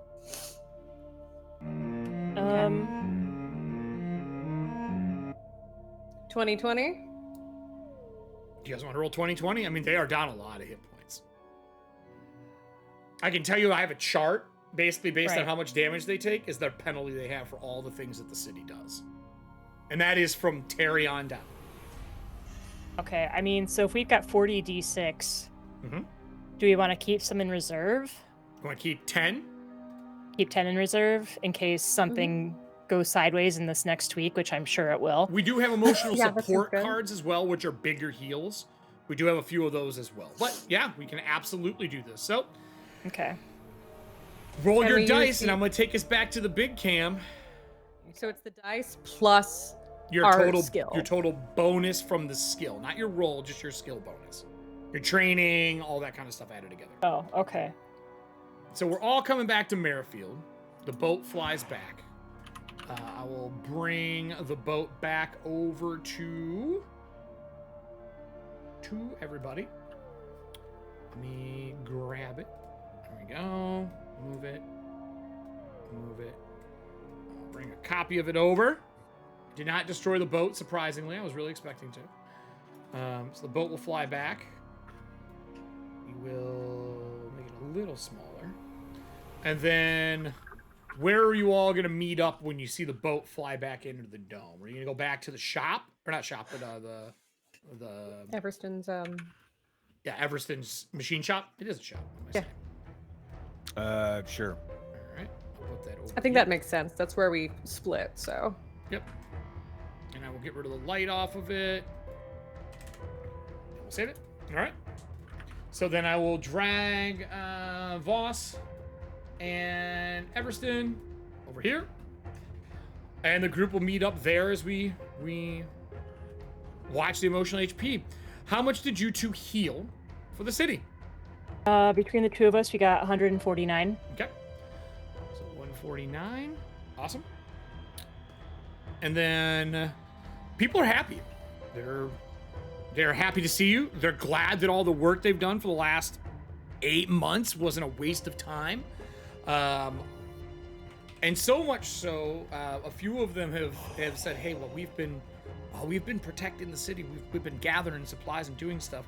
I found a couple of things, and one of them holds out a small journal that has the Lady of the Dark Tide symbol on it. It says we found somebody who was worshiping the Lady of the Tides. Nora, we were told to keep this for you." They hand you a journal. And then the other one, they pull out a small doll's mask made of brass. We think this was for like a small automaton, but there's a spirit trapped inside. We were told to give it to Voss, but we can give it to you guys if you want. That is a reliquary. Okay. with a spirit in it. Someone played a rare reliquary card and rolled a 3, and a doll's mask is number 3. So you have a brass doll's mask. That is so creepy in the best possible way. Yup. Okay. So you can thank the person who played that card. I think that was I think it DK. was DK. DK. So small brass doll mask. Everyone gets back together. You don't hear gunshots for an hour. And then finally you're not gunshots, sorry, you don't hear any warnings for an hour. And you finally hear a warning at one of the walls to the south. Some spells go off and it's silenced quickly. This happens on and off over the course of the day, but by the end of the night, it quits. The level of the city and the talent of the amount of people here in cards, there's no way in hell the 10 of these creatures that are left that are going to be able to get in here. I was trying to catch you guys out in the snow away from it with them, but I didn't get to. So, you guys should be good for a week. You have all the things you need. As the week goes by, as we wrap up our show for the night, my question is, how are you getting home from here? You've bypassed the danger of being trampled by giants. You have bolstered the spirits of the people. Everyone is in cold weather gear like they live in fucking Moldavia. What do we do? How are we getting home? Did we find a way to triangulate where we were? Well, you could go to Lectorum and set up shop. Because that was our plan, was to try and figure out either where we were and if the ground we were on was solid enough to summon the Tide Runner. I would say during that week, if someone wants to give me a craft roll for basically like structural, like, are we good? Sure. All of our Lectorum cards have been purchased and used. We were at... Can I help with that? Yeah, absolutely. Double inspection? Yep. And the weather does die, but it takes almost 30 hours for the snow and rocks to stop. Another option, we could go ahead and if we're good for a week, we could use Shadow Walk. I could definitely cast it like once a day for us to travel a little bit just until we actually get on solid land to summon the Tide Runner. The problem, if you needed to do that, that could be a method as well, like to get somewhere like safe. Fallback, yeah. You could also take one of the ships out of the area and fly a ship. Now that you got the Merrifield here, there's a lot of options for that. The thing is how do we get home? Because none of the ships here are strong enough to leave a coastline very far. Like, you do not want to take his tugboat out into the fucking tides where the ocean used to be, because I will tell you it will go very poorly, and you should roll new characters. Well, I mean, right, but that's why we're trying to make sure that we can safely summon the Tide Runner. I know. Just heads up. What do you guys get for your craft rolls? I rolled just enough to give you a +1. It was a 2 on the die, but 2 on the die. Okay, +1. Copy 20. That. So it's a 25. 41. 41. Yes, this is actually strong enough ice to summon the Tide Runner. I rolled earlier on for how strong it is, and it will not break. Especially now that you have the tides back. If you wouldn't have got the tides back, this would have been too weak.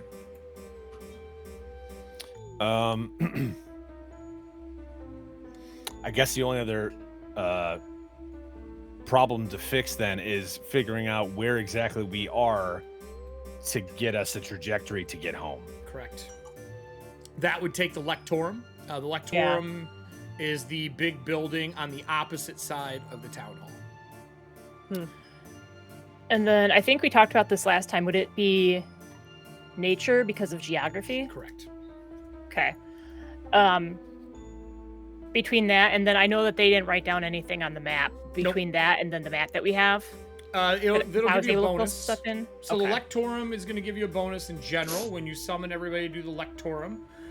Basically, you take all the minds that are here, everyone who has any knowledge on anything, you bring in people from the church, you bring in Kellid, you bring in Terry, and then basically people cycle through, look at the map, and you basically start a big group to figure out where you are. And it gets an hour to get the word out and then to really get it going over the course of a week. You could add your investigation to it as well if you would like. The Lectorum will give you a Where are you at, Lectorum? I'm just gonna control F this, it's easier. The Lectorum gives a bonus of... I thought it was up to 3 now.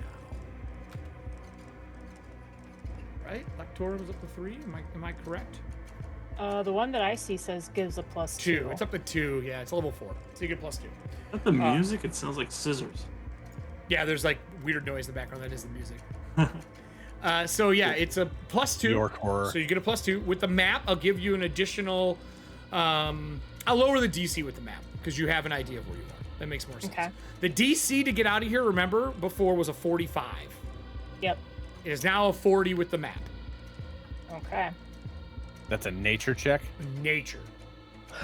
If you want Eodin to roll, Eodin might be the best chance at knowing where. Yeah, because I'm only trained in nature. Eodin Eric, says, since we're go ahead.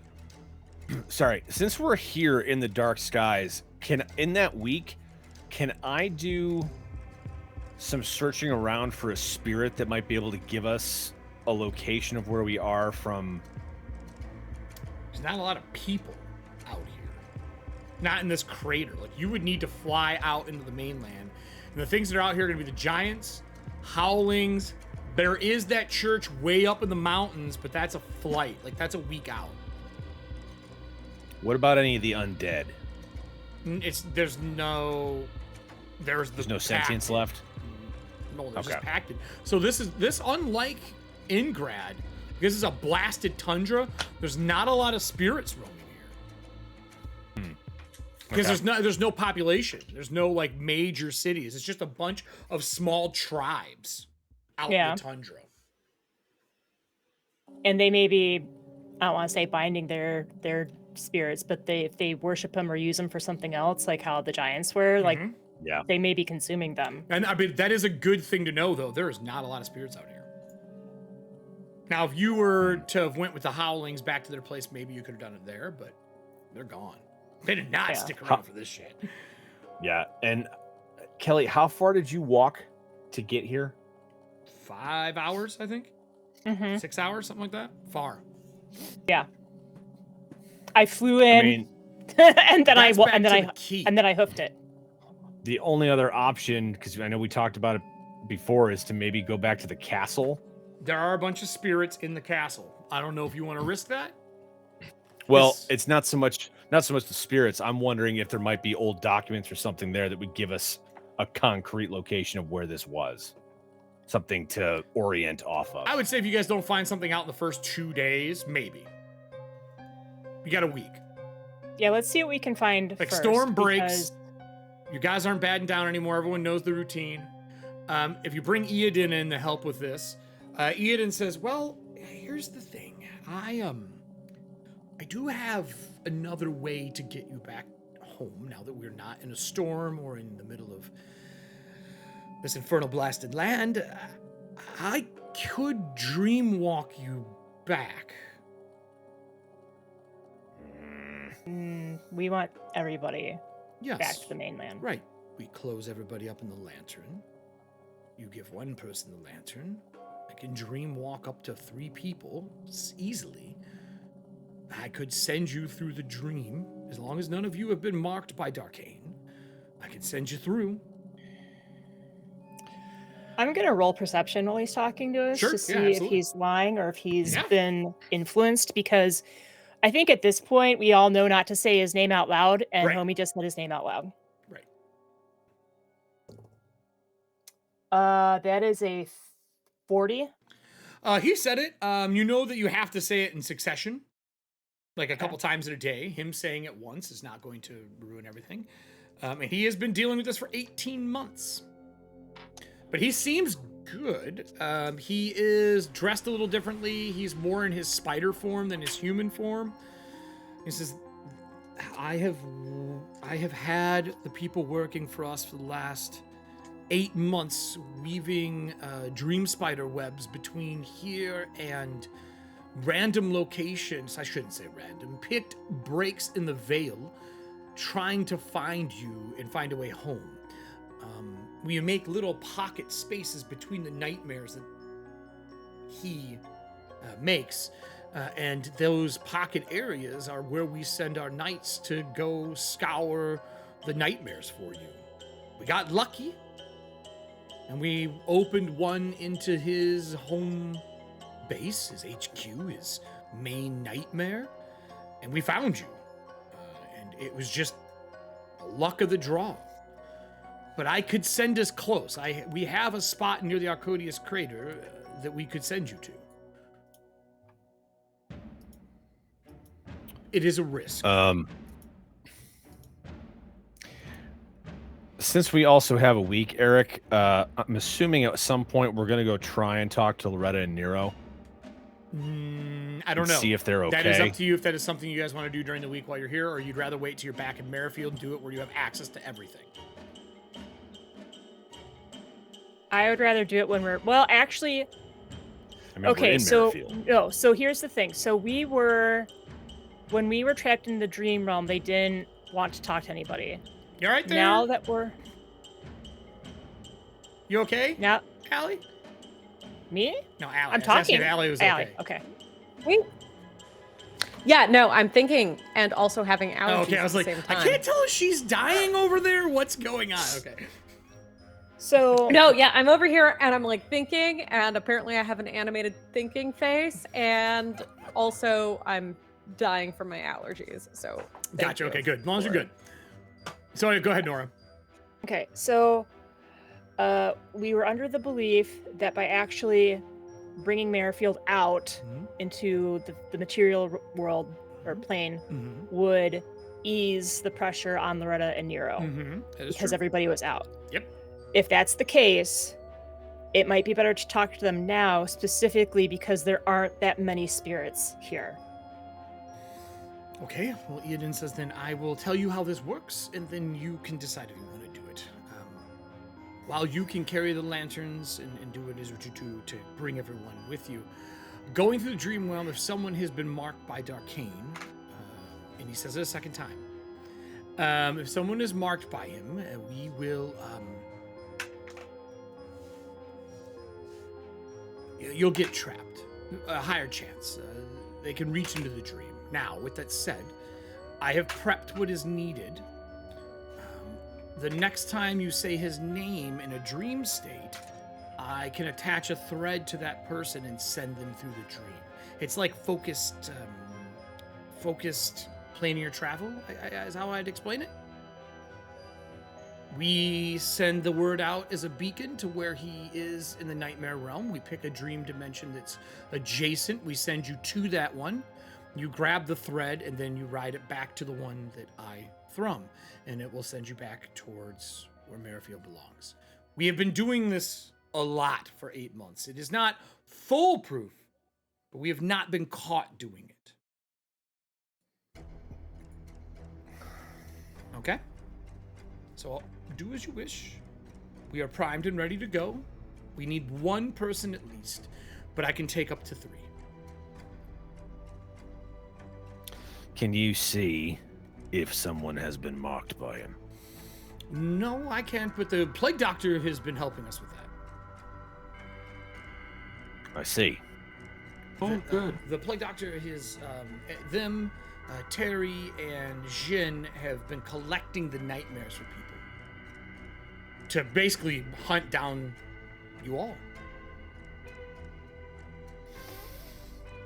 Now, you were successful on your sense motive. He seems fine.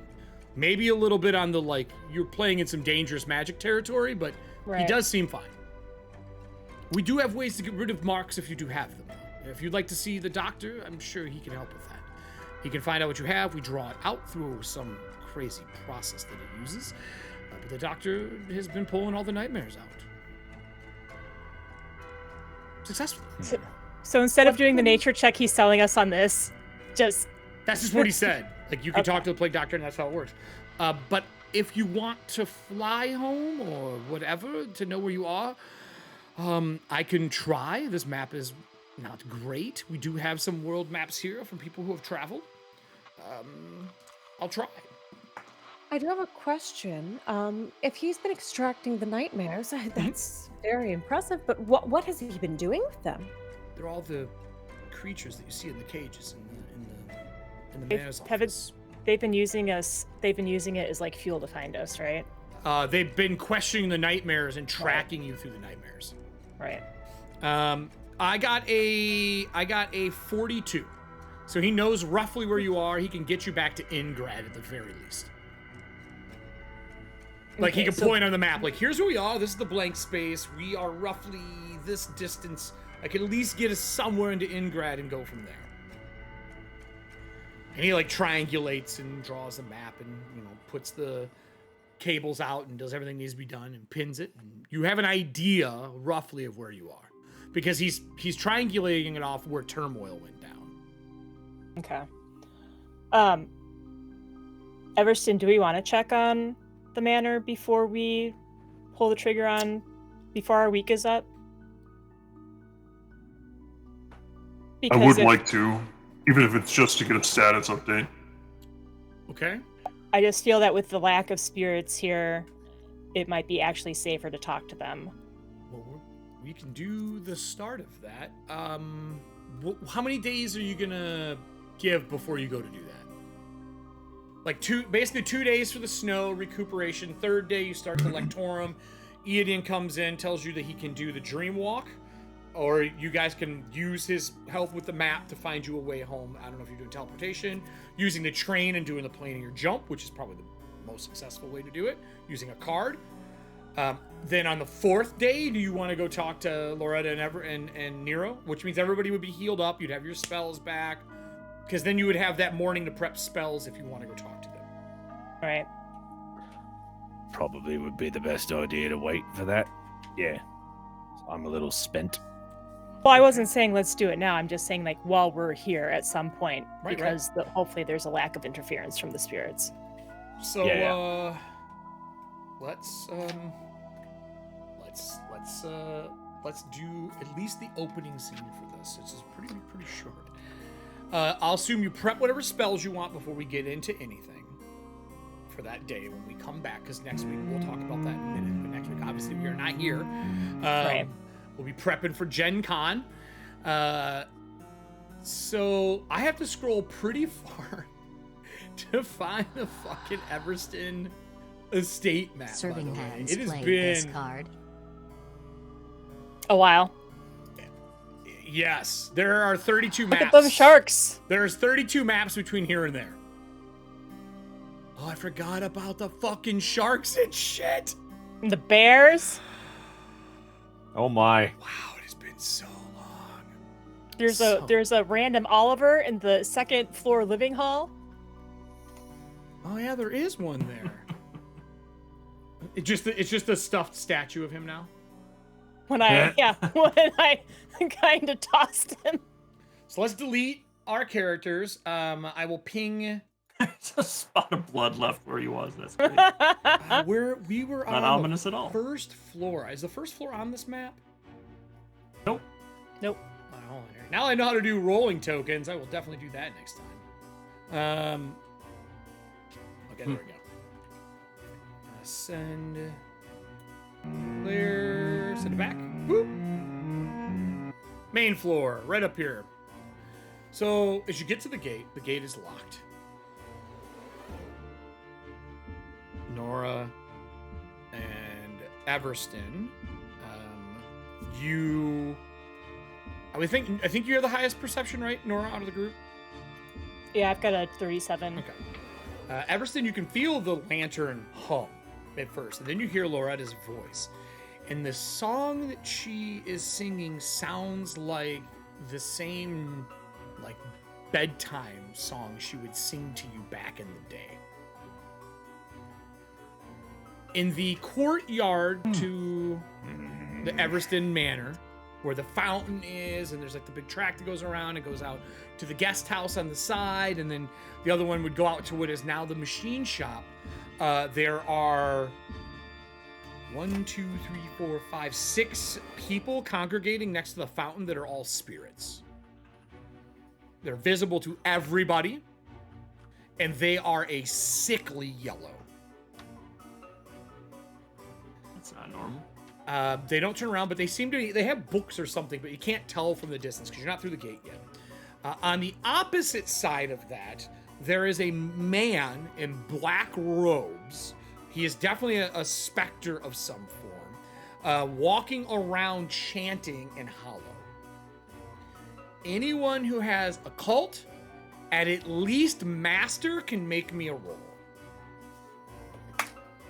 I don't know what Foxglove has. I think she has it at master as well. We'll see when she gets back. I got a 40. Okay.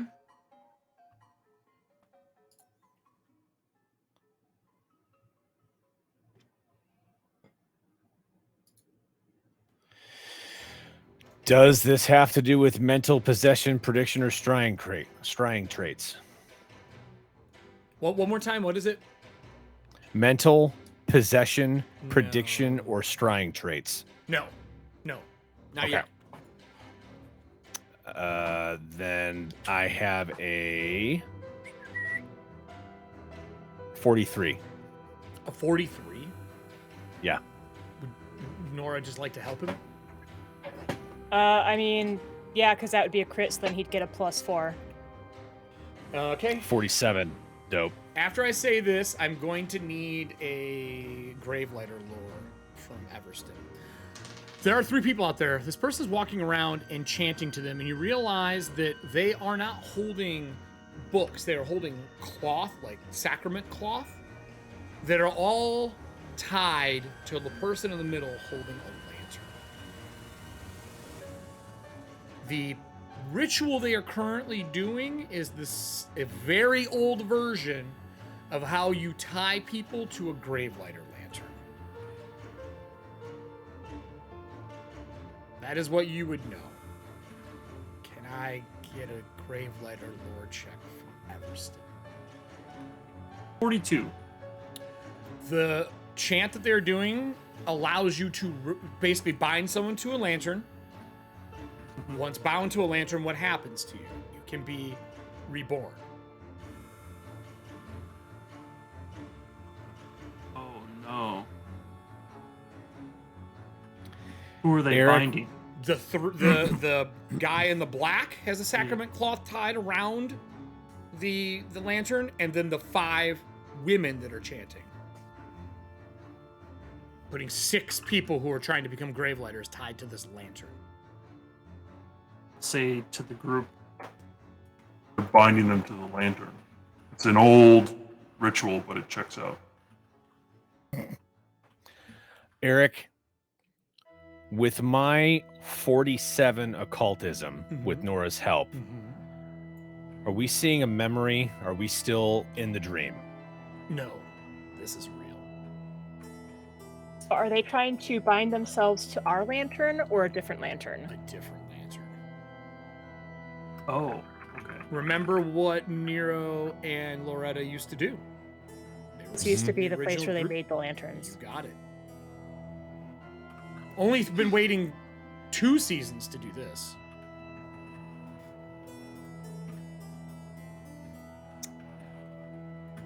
Do any of these people have any markings on them for keepers? Or is there anything on Not the from this lantern that would... distance that you can see, because you're basically looking through the gate of the house way into the main courtyard area. I can say with that 40-something though, I will give you something else. I will give you something else. You know that all lanterns are tied to purgatory, and on top of being tied to purgatory, they're also tied to another elemental plane that is what encapsulates that lantern to make sure that it is stable-ish. Yours is tied to the elemental plane of water. That is what yours is. What keeps everything safe. That's why you have like the drowning sorrows. That's why you have the healing wave that you can do, things along those lines. This one is not tied to the elemental plane of water. In Hollow, they are saying, I feel so bad even saying this. In Hollow, the name they would be saying is Omondus. Occult, you know that Omondus is the keeper of contracts. He is like the... When you die, he is the pacted when you go to the equivalent to hell. He is the one that writes your contract for how long you were here before you were allowed to be resurrected or reincarnated or brought back. Basically, your service time. So that means that this lantern is tied to hell. Is he evil in itself? Lawfully. Or...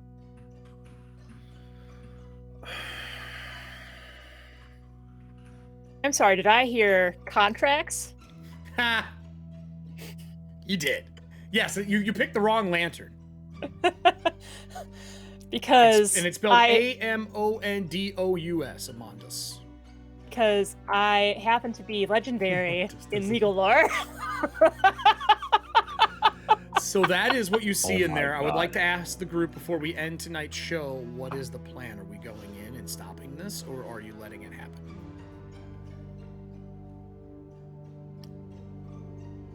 On one hand, I'm like, more Gravelighters. On the other hand, you don't know who the people are. Like, no lantern is necessarily. Why did you?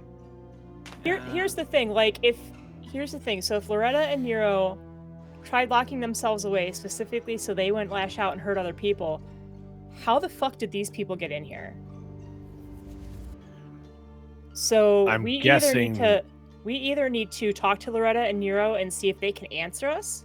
Because even if they answer us and they're normal and they're like, no, we decided that because of what was going on, we needed to make them. I mean, that's not great, but that is what the original purpose of the manor was. If we talk to them, though, and they're still possessed or being influenced somehow, then we know that what's going on needs to be stopped. I agree. I think that it makes sense that they would need new Gravelighters if we were truly MIA. However... Yeah. I'm just so skeptical in general of everything that's happening right now. Well, they are yellow too, which means they're sick spirits. They're ill. Yeah, that's the other thing. They're ill. They're not evil. But they might be trying to do this to try and cure themselves, which might not work. Could be absolutely anything. Now the gates are locked, but Everston has a key. He can open the gate. It will break the magical barrier, though, as a heads up, which means Loretta and Nero can leave the premise as soon as you open this gate. If that was what they were trying to do. Here are the two things that I'm thinking about. One, they may have been in there the whole time because we never cleaned out the manor. They could have been there the entire time. Yeah. The other thing that I'm thinking about is if they are doing this, it may be so that they can take all the souls that are in there that they wanted to get rid of. Because all the ones that were no, burn them, send them back through again. It may be a way for that to be happening because the normal route isn't working. Although they were loading people on the ship last time we were in there, right? Right, but we never cleared out the actual manor, and we know there's a whole bunch of cursed items in the manor itself. So, right. Before we open the gates, I would prefer to see if we can get Loretta and Nero to talk to us. And if we can't, are you going to summon them from the lantern then? Is that the game? Go back to the center of town, touch the lantern, try to talk to him? Or just yell from here? I mean, if there's because you're still sitting in the tides. Right. Mate, how long does this ritual take? Great question. It's a How really far good in question. Are they? I will do this to make it way more random. Audience, can I get a D10? That is going to be an indicator. That number is going to be times by 10 for how many minutes? Minutes? Man, guys, remember how before he was like, so you guys want to rest for 4 days? You're going to rest 4 days, right? Get all your stuff back? Look, I have a timeline that has 7 days at the bottom. 10. And I have something that happens. So are they 10 minutes into it, or is there 10 minutes left? No, times 10. So there'd be 100 minutes. Stop. Okay. We're already dead. 100 minutes. 100 minutes. Oh, so times 100. 100 minutes, yep. So that's how long it takes total? That's how much time is left of the ritual for them to continue doing this. Do we have time to go back and summon them and talk to them? I mean, you can run over there. It's like, I don't know, like 10-minute jog over there. No, he's asking Todd. He's asking Everson. Gotcha. He's like, do We have less than 2 hours. Hour and a half, maybe. If we yell, we might draw their attention. If we go to the center of town, we may be able to talk to them with a little bit more candor.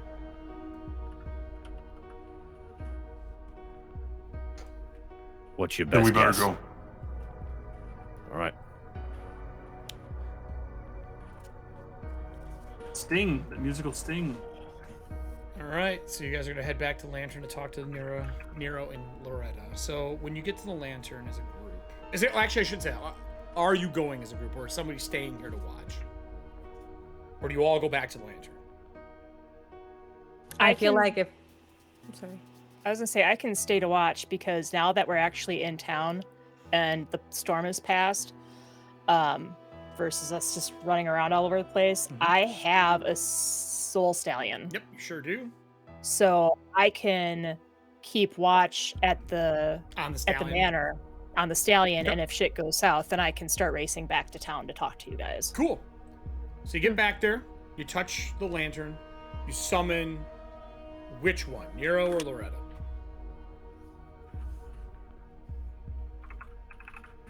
Nero is actually bound to the Lantern as the kind of the guardian for Lantern. Loretta just is part of the package deal.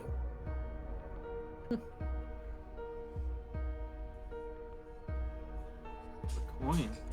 Roll the dice. Odd I mean, Loretta. if we're talking about Loretta. So want to know which one?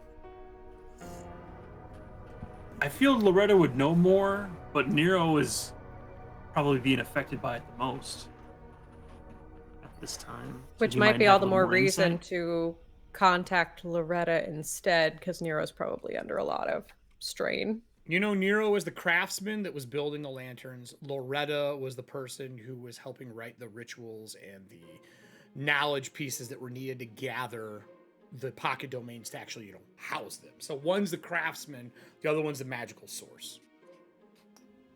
And then we also know that Nero died, and she basically remade him. Correct.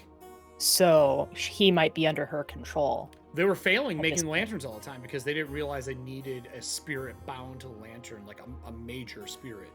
Because it was the beginning of fettering. And so he's the major spirit bound to the lantern to keep it intact. It's kind of like the glue that holds it all together. All right, let's call her. All right. You summon Loretta. There is a wail from the mansion that you can hear of her scream. And then there is a bust up out of the lantern version of her that is crimson red. And we will stop there for tonight. So everybody, a long show because we will not be around next week, and we should be back the following week, but I can't promise that because we have people traveling. We're coming back from Gen Con on Monday. We can't say we're going to be healthy, but we'll keep you in the loop. If you're going to be at Gen Con, 3 of us out of the 5 of us are going to be there. Me and Kelly will not be working. We're going to be partying, hanging out, networking, chilling, doing all the fun stuff. Allie will be locked in a booth as a booth girl for the beginning of the days, but at night we're going to be hanging out and doing stuff. Allie, are you going to be around Wednesday night? I think we're getting a group together Wednesday night. I sure am. Sweet. Absolutely. So, if you're going to Gen Con, hit us up in Discord. We're going to be talking there most of the time for what we're doing. I know I'm going to be running a game or 2. We're also just going to be hanging out and partying and just fucking seeing people again. For those who don't know, I used to go to cons a lot, like fucking 20 a year for working conventions. Haven't been to many, and I haven't been to Gen Con in 2 years. Unfortunately, our Ride or Die team is not going with us, so we have a new Ride or Die team. Adam's going to be there. Diana's going to be there. Matt Palmer's going to be there. Justice is working. Moxie's going to be there. Moxie's roommate is coming. And so that whole crew who's either been on here or on Norse Foundry numerous times is all going to be at the convention. And I think Justice's wife is going to be there, who played with us on Band of Badgers as well. So Eric, I think the term you're looking for is gang. gang, yeah, Gang, gang gang. of people. Scoot. Scoot gang. The Scoot gang. Scoot I will also have the Ethauntia War Lantern patches with us that we'll be selling on site. So if people want someone walking around, you see me and you want a patch, look for the glowing backpack. I think I'm going to have that most of the days with the War Lantern patch on the back. And there's a chance that if you're at the con, we may have a few of the first season Ethauntia dice for sale still. Maybe a set or two, maybe in the backpack. So, other than that, this week for me is busy. What about the rest of you? Besides packing. Work and prepping to make sure that I don't get phone calls while I'm on vacation. Drew? I'm on set tomorrow. I don't know about Thursday yet. I don't know Okay. if they're using me for one day or two. If Okay. they're not using me, I'm going to be doing streaming Thursday and possibly Friday. I'm not sure yet. But other than that, it's pretty quiet. Todd, any new shirts? No, a bunch of other stuff fell in my lap over the week, so I was taking care of that stuff. And but we'll have off next week, so, and maybe the week after, so I'll work on it while you're all having fun at Gen Con. Well, we played our Living Ethauntia game. That's the only other thing I want to talk about tonight. We had some tech issues. I think it's worked out. I think. We'll see. Discord doesn't like when you play in Discord with apparently virtual cam. But I have another way to do it if that's going to be that way. Super fun. If you have the 10K and you claim a character tonight, you'll get a regular character for the game. You can sign up to play in one of the paid seats. If you do the 50K, you get your character and you get a spot in Merrifield, and you get a haunt as well. The haunt table is 10,000 different things that can haunt your house. They're not negative. Like when I say haunt, everyone thinks it's negative. It's not negative. Actually, I don't think anyone got a negative thing. Like Twyla, which is Serving Hand's character, there's one that stops people from being kleptomaniacs. They confess their theft when they're in her shop. Tricksters has got one that puts a candy shell on your weapon and sheath. Todd, what did you get for yours? Weapons absorb water? Yeah, his weapons turn into a sponge. Don't know why. And then Bear got one as well. What did Bear get? Does anyone remember what Bear got? I don't remember what it was. Bear's in the chat. Bear will put it up. But anyway, so if you're interested in doing that, get your character together. If you do the 50K and you want to, we'll make your character on stream. You don't have to if you want to. There'll be a Living Ethauntia doc that comes out here in the future. Oh yeah, 1d4 casting time. He can delay someone's casting by 1d4 rounds. So we're right. Delay blast fireball, or Jesus I cast fireball, and you're like, wait a minute, hold up, and you leave the room, and it goes off, and then he comes back. So it's been a lot of fun. We'll be doing that again. There's a bunch of cards that get you new items and things like that.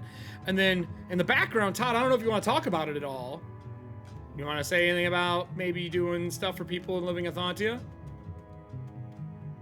Oh, I'll do character portraits. I'll put up pricing and stuff for that if you want me to do a portrait or a full body drawing, or like add one of those and then have tokens for on the board or BTTs anywhere, and then or all of them together. We'll get you the Ethauntia frame, so you can put one of the characters in frames too, so they have a frame version. So, cool. I think that's it for me. Allie, what about you? Anything else? I'm drawing some cats and pigeons, and if you don't know what I'm talking about, then if you know, you know. Yeah, if you know, you know. So, cats and pigeons and fonts. Cats and pigeons and fonts have been 2 days. Are you making the sequel to Hatful Boyfriend? We didn't say that out loud. Don't worry about it. Don't worry about it. And I'll be at Gen Con. When do you get there, and when do you leave? We're there Wednesday. So I'm gonna get there Wednesday evening. I'm gonna be peacing out earlier. I'm gonna be peacing out Sunday morning because work, or Sunday evening because Monday morning I'm going on a family trip. Oh, fun! Is it a good trip? Yeah. Yes. We're just trying to figure out some logistics right now. So you know what I just heard is I don't want to tear down the booth. I'm fucking leaving Sunday. Hey, that's like what you do. No. The smartest thing I you could actually possibly really do. enjoy Teardown. Oh, jeez, you can do it for me all the time. I'll just stand and watch. Fuck that. Something I like cathartic having a about mission. being done. Yeah, done is in So- not tear down. So Drew and Also, I will say, oh, sorry. No, so we did tear down so much I could never do it again and be much happier. I do want to just let you all know, because I got a kick out of this. I think chat might as well. When I had to turn my camera off a moment, I am house sitting for my family right now. And it's because the dog ran off into the night when she acted like she was about to have an accident. And she normally sticks really close to home. She's off leash. This is like, she doesn't go more than 5 feet, but she bolted off. She was brought back by our neighbor Loretta. I thought you were gonna say a cryptid. Yeah, No, I just thought that was with the Well, with your the dog's- timing your dog's of possessed. Loretta and Ethauntia coming in. I was like, oh my gosh, that is a coincidence. So Was she drenched in red? Yeah, No. she's a red specter. I hate to tell you this, that dog's bad. You don't want to touch it. It'll be horrible. It'll be a Wendigo. You don't want to touch it. So that's it for us tonight. A little longer because I know we might be off for 2 weeks. I wanted to give you guys an extra hour. We're going to be putting these up over this course of this week, so they'll come out on YouTube so you can watch them there as well. And I can tell you the next Living Ethauntia game we're doing is going to be an exorcism in a house just outside of Merrifield. So it's an investigation and exorcism. No way that could go. And just so you can put another dream spider on premise, because they want one right next to the wall where Merrifield comes back. So let's have fun with that one. But that's it for us tonight. Thanks, everybody. And just because I want to see it again. Just because I want to see it again. I'm fucking playing it again. Roll that No other beautiful box reason. footage. That beautiful box footage. And Nice. yeah, this will be up on the site sometime here. Hopefully, maybe even by the end of the month for pre-orders. We'll see where things are. I'll talk to Riddles for watching paint dry in the morning. I'll be back tomorrow with Seek and Destroy, obviously, where we're gonna have our hero Kaiju fighting against our big bad, the Void Rex. And then we'll be back with watching paint dry in the morning. I'll be on Athena's that night, and then yeah, busy. Never stop streaming. Just sell your soul to the digital ones and zeros. There you go. That's it for us, everybody. Have a great one. Good night, everyone. Bye. Thank you for watching Ethauntia, everybody. It has been amazing. This has been an amazing run. We are 5 episodes in, and the party is still alive at 15th level, and this is usually about the time that I kill my players off because the numbers get too big. So we'll see how well it goes for this group. It was a great show. Bear, feel better, my friend. Are we gonna raid? That's a good question.